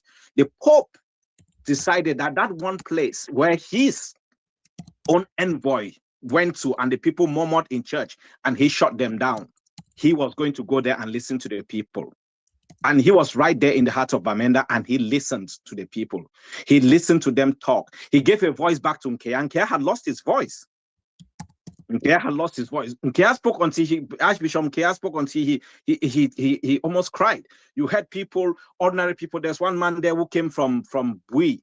He said that his house and all his neighbors were killed, and he found his voice, and he said, this was like a silver lining, because he didn't believe his tragedy would allow him to speak in front of a leader. We seem like we've moved from the Pope, but we've not moved, because things that happened during that visit, the power of going to Bamenda, whereas Bia has not turned up there. A lot of political leaders in Cameroon now have not gone to Bamenda. It's almost like it's anathema, but he did it. He didn't just go there. He decided to use even Kameko. I was like thinking, is the Vatican crazy? But so many things went through my mind, and I said, you know what? If this man doesn't do anything, and again, just rephrasing what Nkea said, if nothing else happens, just the Pope coming to Bamenda was a strong message. But then everyone, Cameroonians now interpret everything that is happening to be linked to the Pope, because suddenly it's like a tsunami is sweeping through the country. It didn't just start with the Pope anyway. For those who have been following politics, we know we've lost in the last 2 to 2 years or so, 2 to 3 years, we've lost over 40. Now it's 41 MPs in the both upper and lower house that have died. So it's not even just a small number. It's not 6, 7. And all of these people have not been replaced. So basically, it's also exposing the fact that MPs are very useless in Cameroon. Whether the senators, they have no function, because if something is useful, if it gets bad, you replace it immediately, because the system cannot work without it. But you've got 41 MPs that have died. No one has been replaced, meaning that effectively we could do without those people. The remaining ones. Including 4 or 5 ministers. Yes. Which have not been replaced, and some of them have resigned. They've not been replaced. So so many things are showing us clearly that Cameroon has got a fundamental problem. It's not just the state capture; it's the fact that our people, our people have been reduced to beggars in their own country, where they have to beg to speak, they have to beg to be able to even exist. But nature has a way of doing it. I don't wish anyone dead, but for some reason, when Nyat died, I said, look, you spent the last few months, you should have been thinking, could I have done differently? I never knew. So let me be honest here, I never knew Nyat was even head of Sonel at one point. When he died, that I even knew that part of his story, that this man did a very good job and then decided to destroy his legacy, because I don't remember him for anything other than the fact that he was a bumbling idiot moving on CV, almost dying and refusing to quit. That's all I remember. And what for? What for? Nothing in Cameroon's history will ever remember Nyat for anything good other than that. You want to talk about Cavaye Jibri? I say, and anyone can quote me anywhere, his worst moments was this last few weeks where he probably sat in Mada and was asking himself, could I have done like Chiroma to just resign from this system? Was the last few months worth it? If Chiroma had, if Cavaye Jibri had resigned last year and did nothing else, trust me, history would have been rewritten. His story would be rewritten in Cameroon history, because it would. But for the last few months, he thought he would accompany Biya to the grave. Then he was dropped by the roadside. And as soon as each of them is kept out of that office, they die because they are sustained by the system.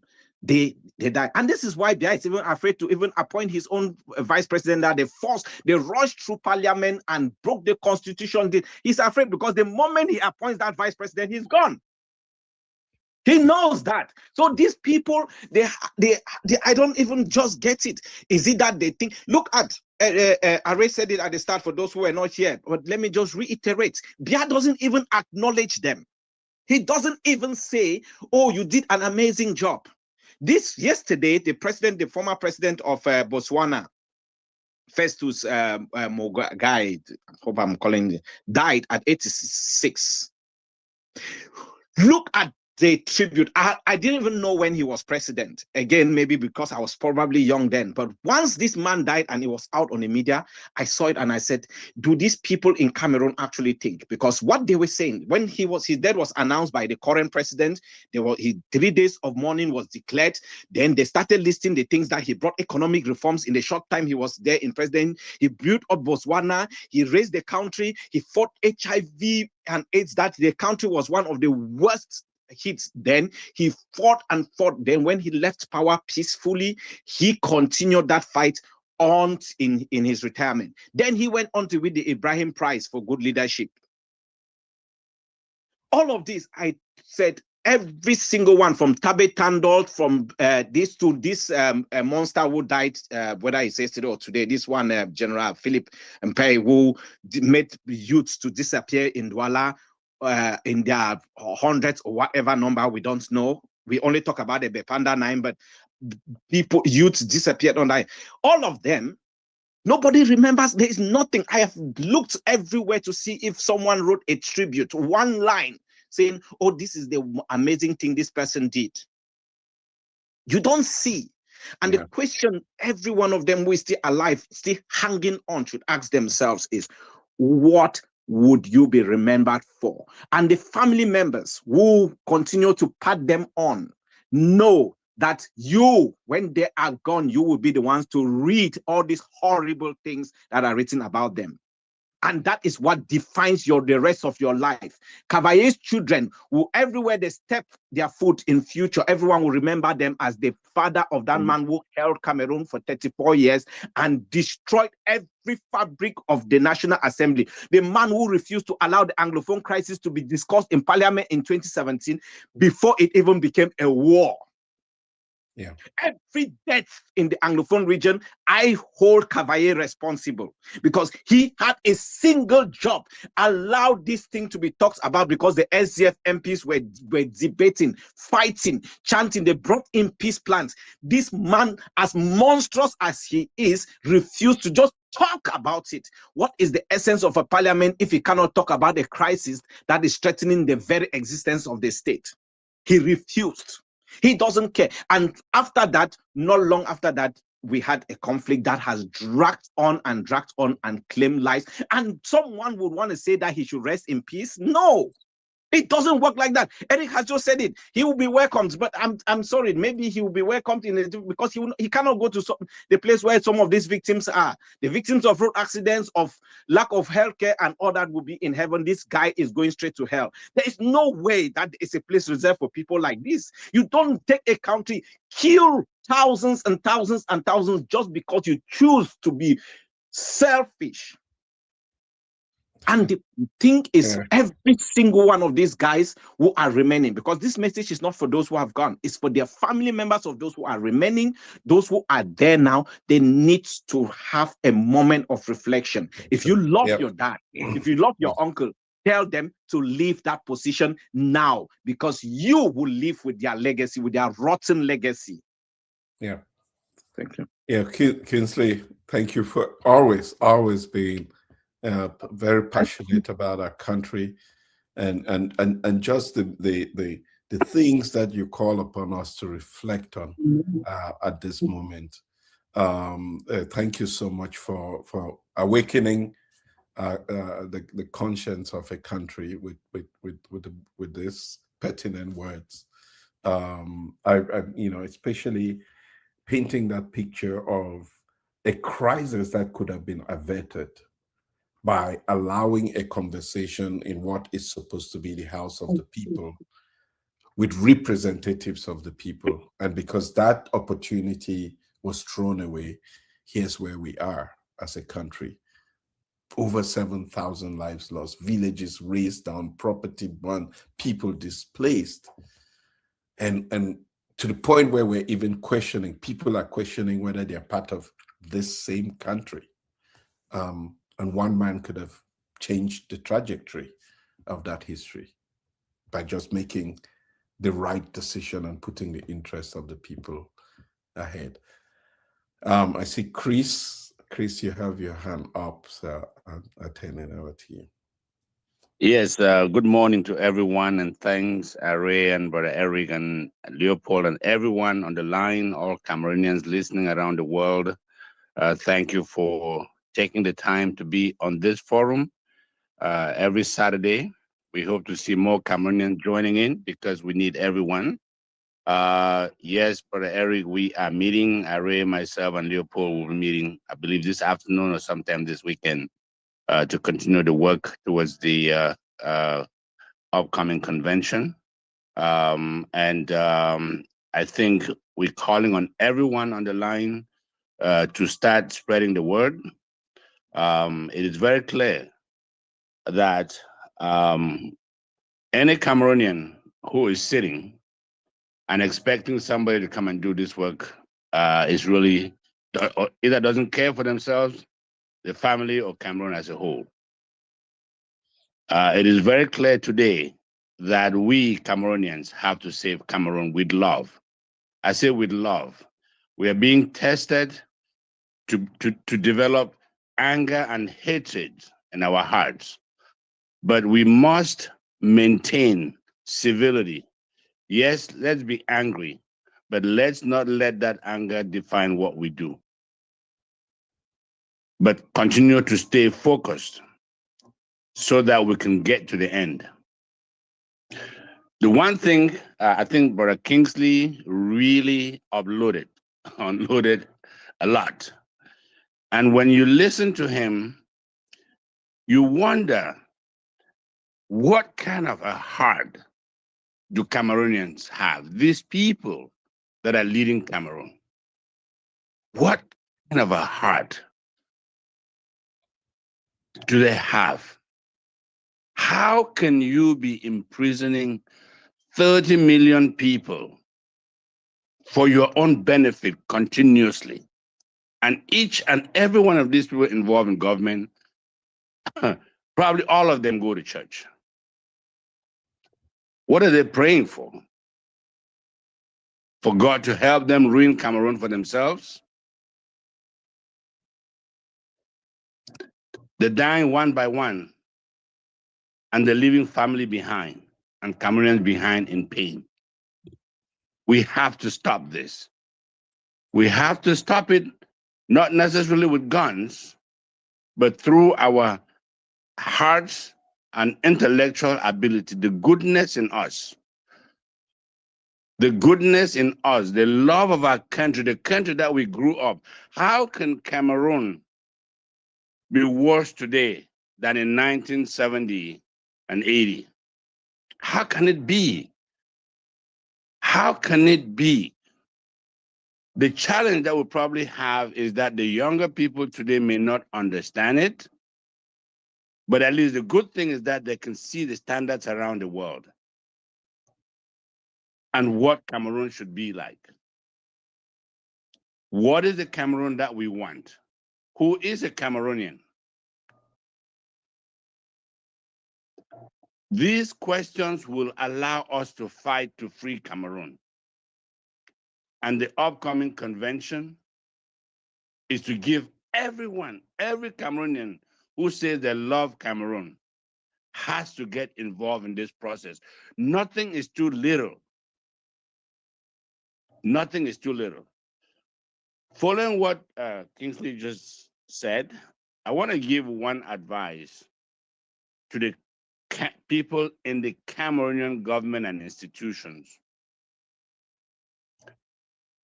This is not going away.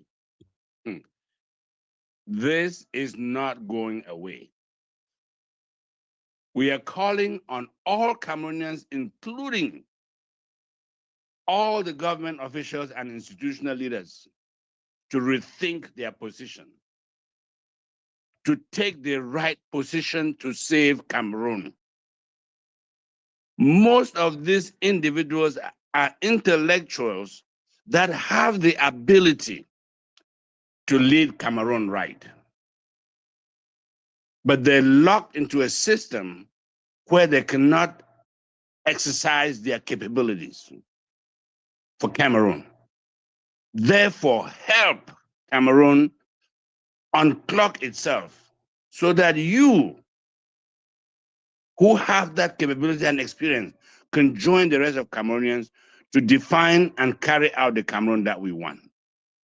Project C is calling on every Cameroonian, including the leadership, to start thinking about their legacy and the children that they have. The level of cruelty and selfishness being exhibited by a few in this system is ruining great Cameroonian leaders, even in the system. We need to start to see them one by one rethink their position. There is nothing good that this government can do right now. My last advice is the government should study the new generation. This is about the third time I'm saying this on this forum. The younger generation, the Zs and millennials and all of this, do not like injustice. They love diversity. They love unity. This will not go away. If they're expecting that this is going to die, it's not. If they think they're buying time, there's no time. This push by Cameroonians to get a better country is only going to get bigger and bigger and bigger. The younger generation are seeing what is happening in other countries. And even then, I was in Cameroon. We have one of them, the younger generation are carrying on the best way they can. They're into inventions, a lot of things that they're doing that they need just a little bit of support. They're carrying on, but they are in pain. Just like our fathers, our mothers, our sisters and brothers are in pain. So let all Cameroonians around the world not think that they have to come and do something huge, but the little that you can do, your little idea, whatever that it is, please join us so that we can put our hands together to lay out What is a Cameroonian that you want, that we want? Who is a Cameroonian? What should Cameroon look like? What should the heart of Cameroonian look like? So that this convention will allow us to put together the foundation that should allow us to achieve that Cameroon when the time comes. Because it will happen. It will happen. And don't be surprised that a strong leader from within the government or leaders will start to stand out to help achieve that Cameroon. It doesn't have to be violent. It doesn't. South Africa went for so long. But in the end, how did it happen? And Mandela's heart told us that the bitterness in us should not allow us, because a lot of times when you look at even why does Cameroonian organizations, even in the United States, cannot survive? I'm talking with tribal groups and so forth, because we define laws to govern us out of anger, or targeting someone, or targeting something, or trying to prevent something. But we will do this in a manner that is for Cameroon, for all Cameroonians. That is done from a good place. That is done for a Cameroonian that knows no boundaries of tribes, of language, of religion, which is what Project C, for those of you that join this forum, see the love that exists among us, whether you're speaking in French, English, whatever language that you want. That's who we are. So we look forward to this conference and we'll continue to work for it. And we hope to hear more Cameroonians getting this message, passing it along, and supporting. Cameroon will be free. Cameroon will be free. Thank you. Thank you very much, Chris, for that really, really pertinent awakening, I would say. I'll just turn it over to Leopold, because we've been speaking in English for a bit, but Leopold, maybe you can touch on some of the things that Chris mentioned in French, but just even that part that he ended with so much power, certitude, and belief. Cameroon will be free. Ben, absolument, Harry. Chris a dit ce que nous pensons tous très, très clairement. Et nous allons même un peu plus loin. Nous disons même que ce changement, nous allons commencer à le vivre effectivement cette année 2026. Donc, le travail, il a très bien fait de parler de la convention qu'on prépare, que nous souhaitons tenir vraiment sur cette notion, c'est-à-dire que être Camerounais, c'est quoi? Et puis comment est-ce qu'on le consigne dans des documents?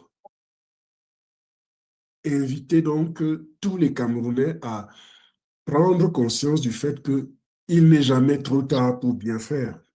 Donc, Chris a vraiment, vraiment rappelé. Harry, c'est même en parlant que tu me rappelles que Chris parlait en anglais. Tellement ce qu'il disait. Voilà. Ce qu'il disait était tellement clair, tellement limpide. Il touchait nos cœurs. Donc, nos cœurs n'ont pas de langue, en fait. Justement. En principe, voilà le Cameroun que nous devons. Voilà le Cameroun que nous voulons. Nous disons toujours, si cette histoire avait commencé en 61, aujourd'hui, on ne serait pas en train de dire tel est anglophone, tel est francophone. Les gens parleraient indifféremment l'une ou l'autre langue avec aisance, en plus de des langues maternelles, parce que plus on développe les langues maternelles, plus cela permet de bien comprendre les langues importées, parce que les notions et autres. Donc, vraiment, Chris, c'est une exhortation qu'il a faite aux Camerounais pour dire que nous devons tous prendre part à ce processus de réflexion-là. Quel Cameroun voulons-nous vraiment? J'allais dire, quelqu'un l'avait dit, quel Cameroun voulons-nous pour nos enfants? Mais bon, ce n'est pas une appellation contre. Quel Cameroun voulons-nous? Nous devons vraiment être dans ce processus de réflexion. Et ça a commencé de toutes les manières. Et ça a vraiment commencé. Et nous sommes plutôt en train d'essayer d'accompagner ce processus-là, d'y mettre un peu plus de forme parce que cela va forcément déboucher sur quelque chose de fondamental. Nous voulons quelque chose de fondateur pour ce pays parce que nos aînés ont raté beaucoup de rendez-vous. Il y a eu beaucoup de rendez-vous manqués. Il y a eu beaucoup d'occasions, on se rappelle, depuis les années 90, les années de Braise et autres, il y a eu un certain nombre de rendez-vous manqués. Il y a un certain nombre de choses, d'actes qui ont été posés, mais malheureusement, ça n'a pas suivi parce que, bon, c'est toujours après qu'on réalise que ce n'était pas forcément fait pour pouvoir être mis en œuvre. Parce qu'on se rappelle, il y a une longue période où on disait, où on a fonctionné avec 2 constitutions au Cameroun.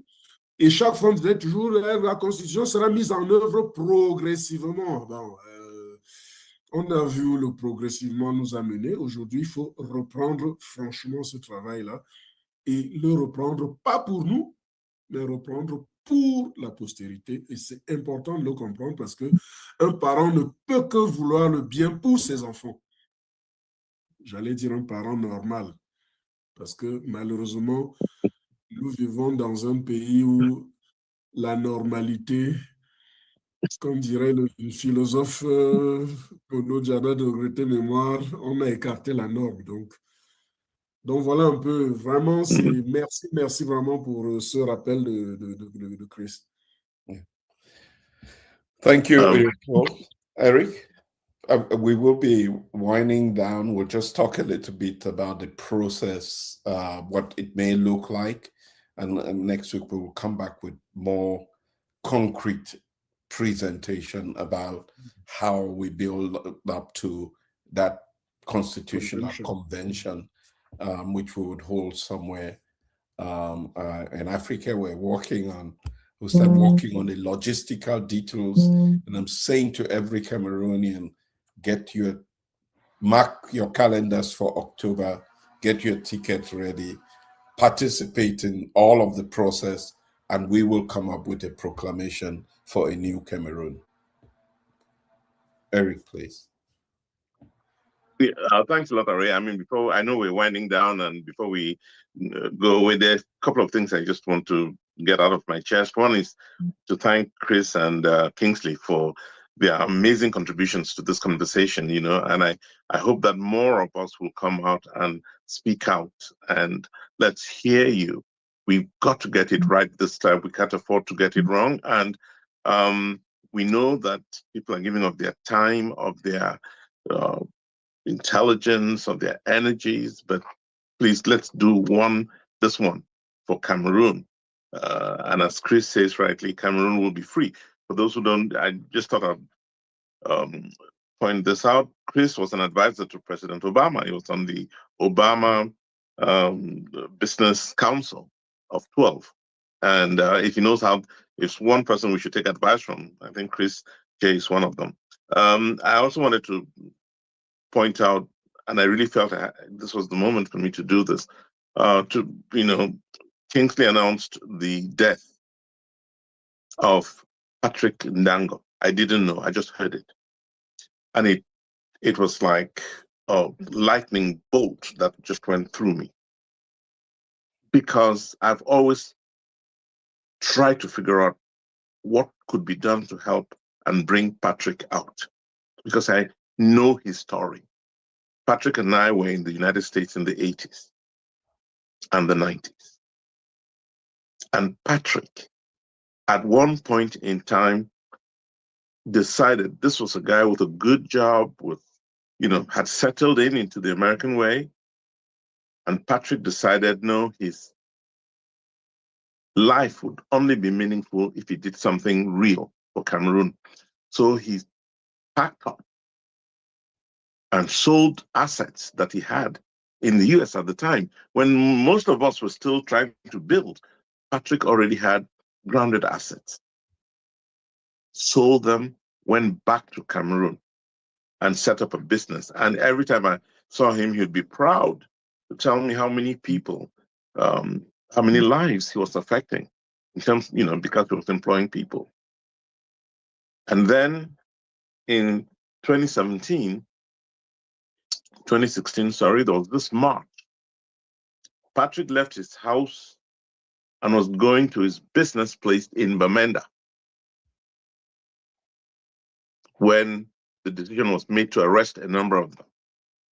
In 2016, this is long before the war started, which Mr. Biya declared in October of 2017.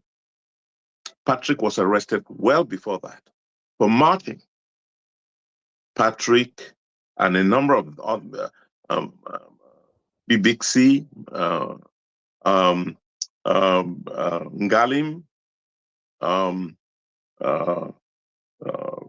Felix, and a number of other people. They were arrested for marching. You may remember the Puffin Revolution in Bamenda, protesting the quality of life in the city. They were protesting that, and they were arrested. And Patrick was one of them. And when I met him in prison, when I went to visit, he told me the story. He was there. He was not even marching. He was going to his office or to his business location. And Patrick was arrested and has been in jail to this day and has died. I think there's, I already talked about the urgency of now.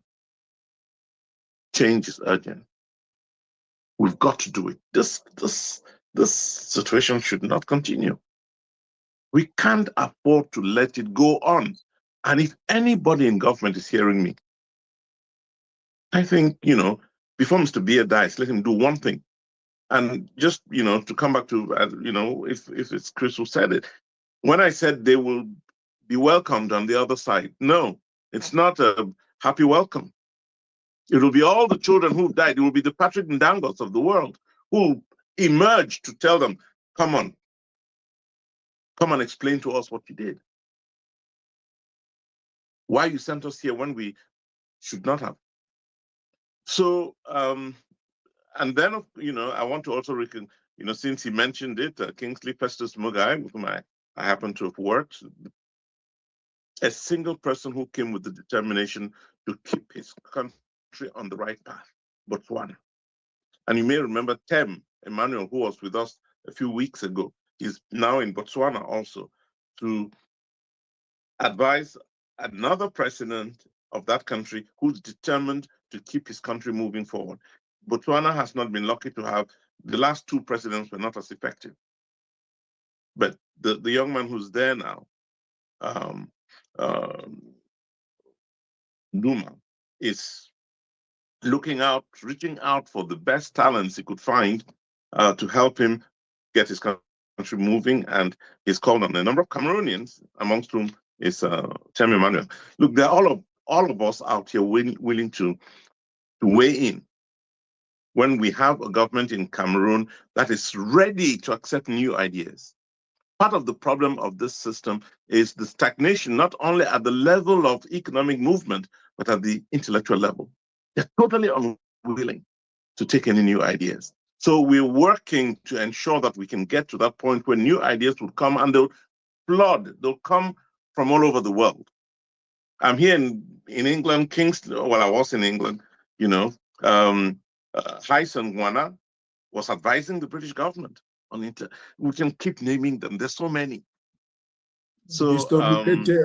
Mukete advising Mukete Mr. is there Kagame. in Rwanda. There's so many all over the world. In China, I got a call this, I think it was yesterday or today, I can't remember, from someone in Guangzhou who's not only now married to a Chinese, but advising the folks out there about how to to conquer, to make inroads here in Africa, a Cameroonian. So, well, these things I got in, I'm talking about them because of the contributions from Kingsley and Chris and others. So let's keep the ideas coming. Ari, let's get more people talking so that we can, people should not be shy to speak up, but to enrich our common discussion so that we can come up with the right ideas to move our country forward. Thanks, Ari. Yeah, thank you very much. So if anyone would like to make a contribution on how you think we should move forward with creating opportunities for everyone to participate in this process, please just indicate with a show of hand what we are thinking at this point. And I'm like, if there's anybody else that we would like to call, please, we can also call out some people. Yeah, I see Kenneth, and I'm hoping that that's Kenneth. That would like to hear your thoughts on this. I see. So but what we really hope is that what we're saying is that this country cannot move forward if we do not come together, sit down, and talk to one another. What Chris mentioned about with love, with heart for country, to ask ourselves, to look at each other in the face and embrace the obstacles as opposed to avoiding them. Because if we don't take away this labels that we've placed on ourselves, that has separated us, that continues to divide us, even in the smallest of ways, we cannot build something that we commonly own. And that's what this process needs to be. A constitutional conference or convention like was done in Philadelphia here in the United States 250 years ago. That was done even, the Malian Empire did host its own constitutional,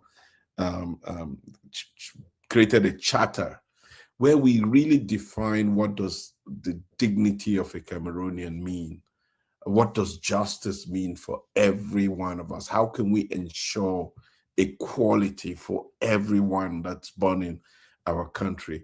And we're going to begin that process by creating opportunities for people to participate. Online, we're going to leverage technology to make sure that people can respond to these questions, and we can use the empirical data to arrive at conclusions as what people want. We will also have focus groups. We will have conversations with groups of people just to get their perspective. We figure out a way to reach out to our local chiefs to participate in this process. I would also want people on the ground, where it may mean that we have to recruit thousands of young people who can go across the country. And I actually did this. There was a time when we distributed 8 million mosquito nets in Cameroon. It did create employment for 44,000 young people who went from house to house, just taking a census of the number of people who lived in a house. And you create employment in itself for young people for a short period of time. So you can actually have people on the ground that are going into villages and communities and just asking, the people who cannot read or write, the people who cannot use technology, because we want them to be part of this process, to sound their opinion on it, because that gives them ownership. Obviously, we're going to bring in the experts at some point, and those experts will weigh in. The lawyers, the archaeologists, the sociologists, the anthropologists will participate in this process. We will leverage television as well. We'll engineer some debates on television. So, because we don't have the answers to everything, there will be people with contrary views. It is okay for people to have contrary views, and people would obviously say that this will not work. Yes, that is okay too. But we have to be in a position as a country where we accept alternative views. We accept that we don't always have to agree on everything, but are there things that we can agree on that's common amongst us, and we build on those on those things. And our hope is that we would work with statisticians, we would work with experts, that we're going to create all of these alliances that will help us arrive at a point where we can write down what it means to be a Cameroonian, what this nation represents for each one of us. And that notion of the nation will inspire us to draft an operational document which becomes a constitution that we will suggest to the Cameroonian people. That in itself is selflessly working for our country and offering our country an opportunity for a new beginning. That is what we hope we can do. And this calls upon all of us to accept and embrace this moment and this opportunity and the responsibility that comes with it for us to put in place this profound document that future generations can be inspired from and continue to work with. That's the process, and we hope we can try to do this in and culminate with a get-together, hopefully of thousands of us, tens of thousands of us in one location that we would announce a massive convention that will lead to the proclamation of this document, and will let the world see that change must not be at the battlefield. It must not necessarily cost, it has already cost, a lot of blood has already been spilled. We don't need any more.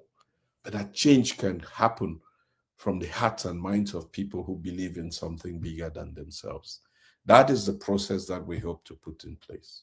Right. Harry, I was just hoping that would, since we're winding down, I think we've gone past the top of the hour. Yeah. Can we let's hear from at least one, hopefully two ladies? I've not heard a female voice, and it would seem as if Elizabeth is not here, and the other ladies are not here, no, won't hear from them, and that's not right. And then there's also Baudelaire, who I know has a lot of ideas. I've talked to him in another platform. Maybe he too might want to say something, but definitely at least one of the ladies should say something, and there are quite a few of them here. Yes, I see. There's lots. There's Judith, there's Delphine, there's Jean, there's Shira, Esther, there's Shira, there's Lydian. Mm-hmm. Not forgetting Mimi. There's Mimi. Oh, yeah. Lydian, il faut dire quelque chose, là.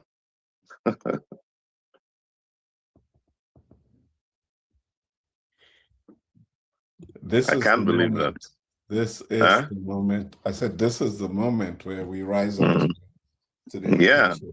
Yeah. Oh, Patience, and many who speaks very well on other occasions. Please come on. Let's just hear from one of the ladies about what they think of this desire to help us find the contours of a new Cameroon. That's what we're trying to do here, and we'd just love to hear any of the ladies say that before I rewind, before they bring this to a close.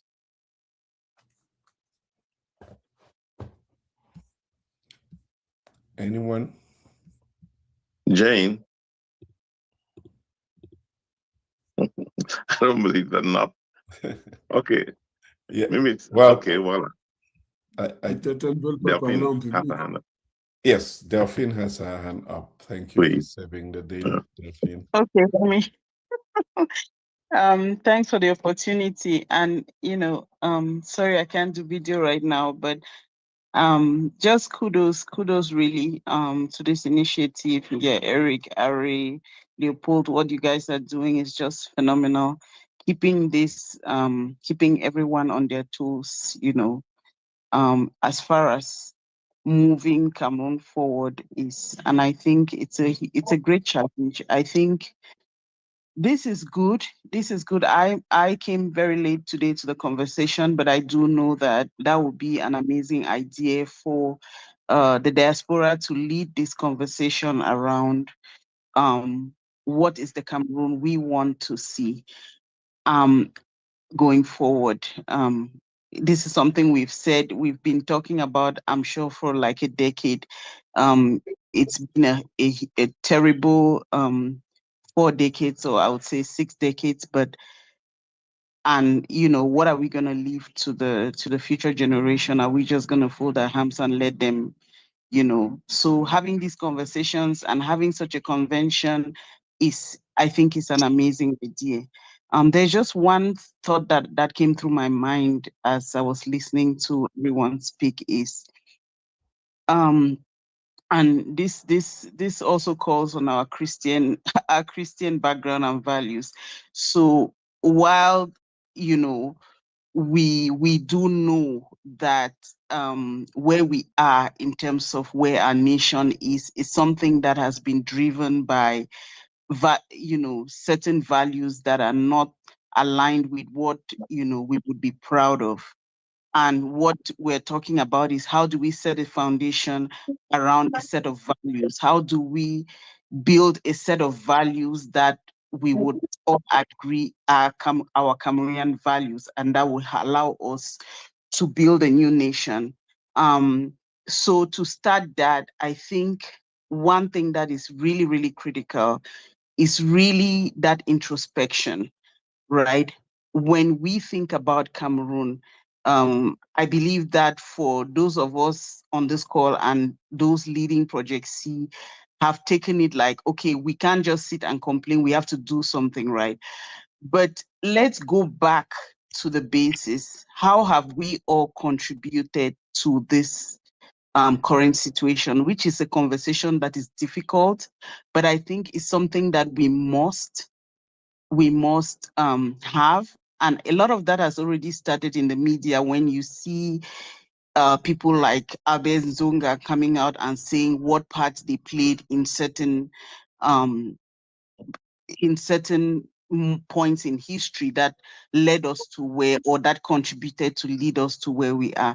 And those are big things. But like, just as individuals, sometimes when I get a chance, I want to just call everyone's attention to the fact that while we might point fingers, we need to first of all start by what we individuals are doing to contribute to this constitution. As we are speaking now, pointing fingers at maybe at the Kavaya Jibril, Nyat, and all of that. Right now, there are, and I want to go right down to there are farmers using products on their farm that they know are not allowed. These are things they shouldn't use. There are business people importing things that they shouldn't import because it's killing people in Cameroon. Like, so at every level is really about, life is not just about surviving. We need to get out of this poverty mentality of thinking, as long as I'm feeding my stomach, I'm good.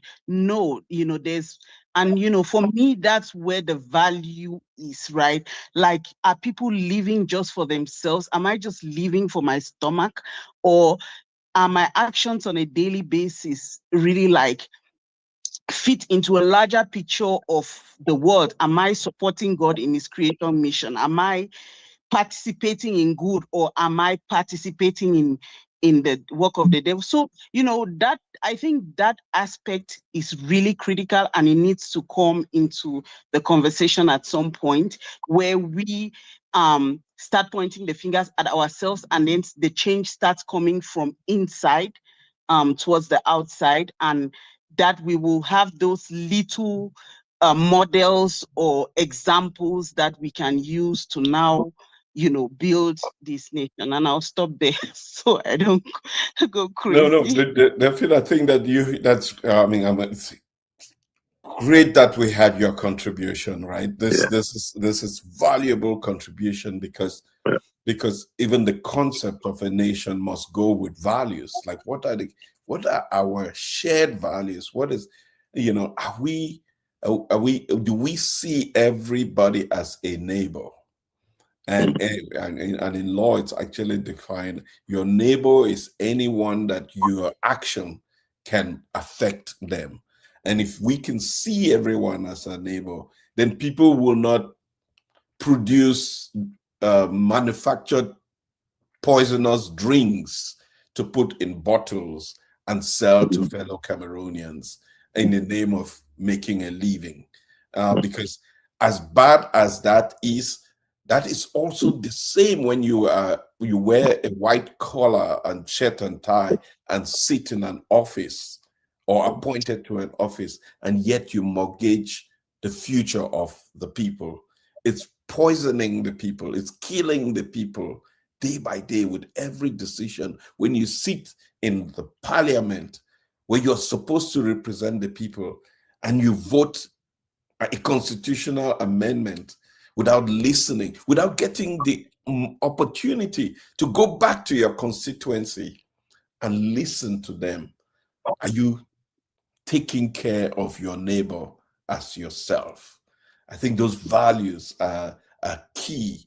And thank you so much, Delphine, for that contribution. And that's something that we have to take into consideration, even in the questions that we're asking. What are the common values that we share, and how can those be woven into the kind of country that we want to build? Right. I think I saw Baudelaire's hand go up for a moment there. Baudelaire, if I thought I saw your hand go up for a moment. Yes. Not really, but yeah. Je vais dire bonjour à tout le monde et je vais surtout, comme la plupart des personnes qui m'ont précédé là tout à l'heure, et une fois de plus remercier le grand frère Eric et tout le travail qu'a fait et son équipe à travers Projet Si. Je n'ai pas beaucoup d'idées parce que je suis un peu déconnecté depuis un certain temps. J'étais un peu malade, j'ai aussi voyagé. Et déjà, l'idée de construire le Cameroun, c'est une idée qui est au cœur de toutes les personnes qui, depuis des années ou bien qui, depuis un certain temps, ont rejoint tous ces groupes qu'on essaie de regarder ce qui peut être fait. Et comme je dis souvent, Projexi, c'est quelque chose qui, personnellement, est venu me toucher au plus profond de moi-même parce que j'ai vu l'initiative et j'ai vu les gens qui sont derrière, j'ai vu les idées qui sont derrière. Et je pense que avec très peu d'autres groupes qui sont là dehors, c'est vraiment la solution, c'est là où il faut aller. J'ai toujours dit cela et j'ai toujours apprécié les efforts qui sont faits. Continuons à avoir toutes ces bonnes idées. La semaine passée, j'étais là très brièvement quand on discutait sur la forme de l'État, quand on discutait, et c'était vraiment très bien. Je vais peut-être demander, si c'est possible, de me donner une idée sur cette convention parce que je suis arrivé un peu tard aujourd'hui et j'ai suivi le mot convention plus d'une fois. Je ne sais pas exactement. Peut-être je vais prendre quelqu'un offline qui va un peu m'expliquer pour ne pas empiéter sur le temps des uns et des autres ici aujourd'hui. Sinon, personnellement, je suis complètement on board, comme toujours, et je suis prêt à apporter, à galvaniser tous les Camerounais qu'on peut galvaniser dans la diaspora parce que depuis longtemps, j'ai toujours dit, nos frères du Cameroun sont presque au bout de leurs efforts. Et si on doit sauver le Cameroun, c'est beaucoup plus ceux qui sont dehors, ceux qui sont cette expérience que nous avons évoquée tantôt, qui peuvent créer l'impulsion, qui peuvent amener les autres qui sont au Cameroun à suivre et donner la direction. Et pour faire cela, il faut qu'on soit organisé, qu'on sache qui peut faire quoi, qu'on soit tous unis autour d'une idée comme Projexi. Et une fois qu'on est là, qu'on essaie de vraiment faire le travail qui est en train d'être fait déjà et que chacun soit prêt à porter sa petite contribution. Je vais dire quelque chose sur le général Pai qui est mort. Pas parce que je le connais, non, parce que ces événements se sont passés, le temps qu'il a été généralement de commandement opérationnel, ça s'est passé sous mes yeux. C'était vraiment à l'heure où moi, j'étais au Cameroun. Et la réalité du Cameroun, c'est que, je crois qu'Éric a dit tout à l'heure, ou bien c'est Chris qui a dit, non, je crois que c'était Eric. Il a très bien dit, parce qu'il connaît le Cameroun. Il y a beaucoup de Camerounais qui parfois ont la volonté de bien faire et qui sont trappes dans les réalités du système, dans les réalités de bien. J'en ai été témoin plus d'une fois. Des gens qui peuvent faire de très bonnes choses, mais parfois, ils sont complètement guidés vers le côté du mal. Et c'est ça, parfois, quand on veut juger certaines des personnes. Je ne veux pas dire qu'il faut juger positivement, non, loin de là. Mais je veux seulement relever un petit fait parce que moi, je suis un enfant de dépendant. J'étais au Cameroun pendant ces périodes où on créait le commandement opérationnel. Et la criminalité était débordante. Et ce monsieur, il a quand même été courageux à l'époque. Il a vraiment, en quelques mois, éradiqué cette criminalité. Il y a eu beaucoup de bavures, comme tout ce qui accompagne ce mauvais régime. Mais ce petit temps de commandement opérationnel avait aidé à réduire la criminalité. On ne sait même pas où on en serait aujourd'hui. Moi, je connais des grands bandits dans notre quartier de Bépanda qu'on ne savait qu'ils avaient terrorisé tellement les Camerounais qui étaient les premiers à être exécutés par les services du... Mais il y a eu beaucoup de bavures juste parce que bon, le régime était un mauvais régime. L'action était, en quelque sorte, ça avait un peu sa place, mais bon, il y a eu trop de bavures. Et en même temps, comme beaucoup de choses qu'on voit aujourd'hui, par exemple, les microbes qui terrorisent les Camerounais aujourd'hui, il n'y a personne qui se lève pour résoudre le problème des microbes. Et donc, je voulais juste dire cela, pas pour dire que Mpai a fait un bon travail, non. Il y avait beaucoup de rôles en ce temps-là, mais il y avait cette petite nécessité qui était là de résoudre le problème du grand banditisme. Dans tous les cas, je remercie tout le monde ce matin et merci encore de m'avoir permis de dire quelque chose. Nous continuons la conversation.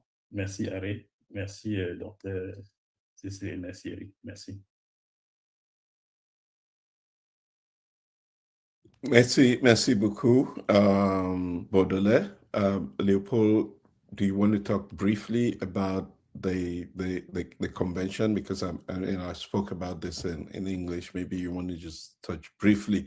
I mean, we're still defining, the concepts, but the idea of a journey is, so the convention is part of it. It's not all of it. It's the journey to it and eventually what happens after. Oui, effectivement, nous souhaitons mettre en place une convention qui débouchera sur justement une nouvelle constitution à proposer aux Camerounais et qui passera donc par cette réflexion dont nous avons parlé aujourd'hui, l'identité camerounaise, la définir, quelles sont les valeurs que nous devons vraiment soutenir dans ce processus. C'est une convention qu'on voudrait organiser quelque part en Afrique, qui va réunir donc toute l'expertise des sociologues, des anthropologues, des statisticiens, des politologues, des juristes, des sages, pour pouvoir rappeler justement ces notions de valeur, des éthiciens, parce que, comme on le dit souvent, l'éthique vient avant même les lois. Donc, voilà un peu le processus, mais ça fait partie justement des activités que Project C veut mener et nous souhaiterions donc que cela puisse avoir lieu en octobre. Et il sera donc mis en œuvre des mécanismes de collecte de données, d'informations, de sensibilisation à cet effet-là. Donc, voilà un peu, grosso modo, ce qui nous préoccupe en ce moment. Le travail a commencé. Il y a une équipe qui est à pied d'œuvre là-dessus. Il y a beaucoup de choses qui se font. Il y a de la matière, en tout cas. Et il est important que le plus grand public soit vraiment associé à cela dans les contributions. Nous allons avoir recours à tous ces outils technologiques pour pouvoir collecter ces données. Donc, voilà un peu l'idée de cette convention constitutionnelle. Ce sera quelque chose vraiment d'original. Ça n'aura de mémoire, nous n'avons jamais eu à le faire pour le Cameroun à cette échelle. Parce que jusqu'à présent, c'était toujours un petit noyau de personnes, de 4, 5 personnes qui le faisaient avec des orientations politiques qui malheureusement nous ont menés là où nous sommes aujourd'hui. Donc, on espère faire quelque chose de plus solide et de plus durable. Voilà. Merci beaucoup, Leopold. I think that helps answer the question that Baudelaire raised and many more people who have just joined us. We'll take one last comment. We'll close we have just about 5 more minutes to go. We'll take, I see Cyril Ndongo, an intervention de Cyril Ndongo. An intervention, I should say, my French. Alors, merci pour m'avoir donné la parole. Cette série de questions et de réponses, de réflexions, bon, ça entre dans mon domaine de recherche depuis quelques années déjà. Mais ma vision, c'était plus une mondialisation en commençant par l'Afrique. Mais de ce fait, je me suis d'abord posé la question sur la démocratie en question. Parce que la source du problème du Cameroun, pour moi, c'est la démocratie. Et de ce fait, il y a certaines réformes que, après quelques réflexions, j'ai pu proposer. Les observations que j'ai pu mener, par exemple, au niveau d'un certain recours à la mémoire. Dans la plupart des démocraties, il y a toujours un certain recours à la mémoire pour pouvoir résoudre les crises. Que ce soit en Afrique, que ce soit en Angleterre, que ce soit en France. Et ces mémoires-là ne sont pas institutionnalisées. Le système politique dont je propose se base sur un équilibre entre la modernité et les traditions. Parce que dans la plupart des régimes politiques, c'est soit la modernité, soit les traditions. Nous savons que la démocratie, normalement, se base sur 2 principes, le vote et l'état de droit. En état de droit, on va à la séparation des pouvoirs, les constitutions. Et c'est dans cette séparation des pouvoirs que je propose d'ajouter un 4e pouvoir. Pourquoi ce 4e pouvoir? Ce 4e pouvoir va nous permettre à institutionnaliser les mémoires, premièrement, et à avoir une vision sur le long terme. Pour dire qu'elle aura un veto, c'est-à-dire un certain suffrage, un veto sur les lois qui durent. Donc, elle aura les capacités ou une fonction de temporalité sur les lois. ce qui nous amène à peut-être réfléchir sur une nouvelle sorte de parlement. Et pour dire tempérer les lois, quelles sont les personnalités ou les entités culturelles qui sont capables, ou les entités tout simplement qui sont capables de porter cette vision-là? Je pense que c'est un conseil des sages, c'est-à-dire un conseil des sages et par exemple autour de nos chefs traditionnels. Si on veut revenir à ce que Platon craignait dans les démocraties, c'est que lui, il disait que si une démocratie parle d'égalité pour tous, ça veut dire que il donne une certaine égalité à les jeunes. Ça veut dire d'en donner une égalité entre les vieux et les jeunes dans un système dans un système politique. Et c'est ce qu'il avait peur. Il prenait pour une hiérarchie. Parce que il disait que si il y a une égalité et une liberté, démocratie, ils ne vont pas marcher, ils ne vont pas fonctionner. Alors, c'est dans ce contexte-là que le pouvoir connectédique, que j'appelle le quatrième pouvoir, naît. Oui. D'accord. Léopold, oui, c'est tout à fait intéressant, mais il faut dire que c'est un peu plus complexe que cela parce que les sociétés traditionnelles africaines étaient encore mieux organisées que cela. Et cela nous amènera à forcément, ça doit être pris en considération dans le processus de réflexion.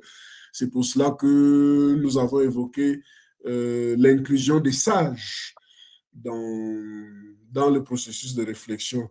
Et cela me fait penser aussi à un livre que j'ai écrit qui s'appelle Afrocratie. Donc, ces processus de réflexion-là ont été effectivement visités en profondeur.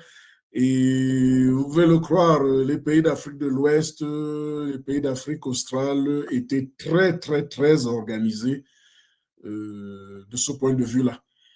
Donc, vous avez raison de dire qu'on a un souci de démocratie dans la mise en œuvre de la démocratie, mais nous ne partons pas de rien. L'Afrique avait un certain nombre de valeurs que nous voulons faire ressortir, justement. Oui. Donc, voilà un peu ce que je pouvais dire, Harry. Vraiment, merci pour ça. Justement, c'est dans ce contexte-là que je n'ai pas plus loin. Je n'ai pas plus loin pour au niveau des démocraties qui se concentrent plus sur les masses électorales. Donc, il faut, dans ce système-là, j'inclus deux types de suffrage. Un suffrage méritocratique qui, par exemple, pour dire simplement que pour donner le pouvoir à quelqu'un, il faut avoir du mérite. Et comment avoir ce mérite-là? En créant une sorte de monnaie civique. C'est une approche. C'est une approche. Oui, oui. C'est une approche. Il y en a plusieurs. Oui. Et Cyril, ça tombe bien, parce que nous sommes dans la réflexion et on aura tout un processus. Je ne sais pas comment on peut t'engager pour que tu sois inclus dans un comité qui travaille sur le développement de ça. Si tu fais partie du groupe WhatsApp des Project C. Voilà, qu'ils s'inscrivent déjà dans le groupe WhatsApp. Et on va être en contact. Comme ça, les propositions, les idées que vous avez peuvent nous aider à développer effectivement ce qu'on veut développer pour le Cameroun. C'est bienvenu, ces idées. Et on aura tout un processus avec des nouvelles idées, de différentes perspectives qui vont nous permettre à sortir avec quelque chose qui... Very much. for this week. Yeah. I think say it will be better than last week. Oh, okay. So, all right. All right. Well, with that in mind, we would come to the end of today's session. I would thank Cyril and Delphine and Baudelaire and Kinsley and Chris and everybody that contributed and everyone that took time to join us today, whether it's here on this Zoom or whether it's on all the other platforms that this has been broadcasted. Thank you for accepting to be part of this process. Next week, we will begin with a presentation of what the process will look like. And we will begin that journey together with each one of you. But I ask for one thing, that if each one of us took on the commitment to invite one person next week, to bring 5 people, identify 5 people that you're going to invite to be part of this conversation, that's our responsibility. Delphine mentioned, what is it that we are doing? Let's begin by asking ourselves in the next week, what are we going to do to bring 5 more people? On Wednesday, we're going to have the flyers out for next Saturday. And I'm going to ask each one of you to become a vehicle, a catalyst of change in Cameroon by inviting people to the conversation. And that's how we're going to spread the word and begin the journey towards a new Cameroon. I want to thank you all for your time. I'm not sure, Eric, if you have any closing remarks there, or Leopold. No. It's okay. All right. Thanks, Eric. Thanks, everybody. Thank you very much. Bye. The recording has stopped.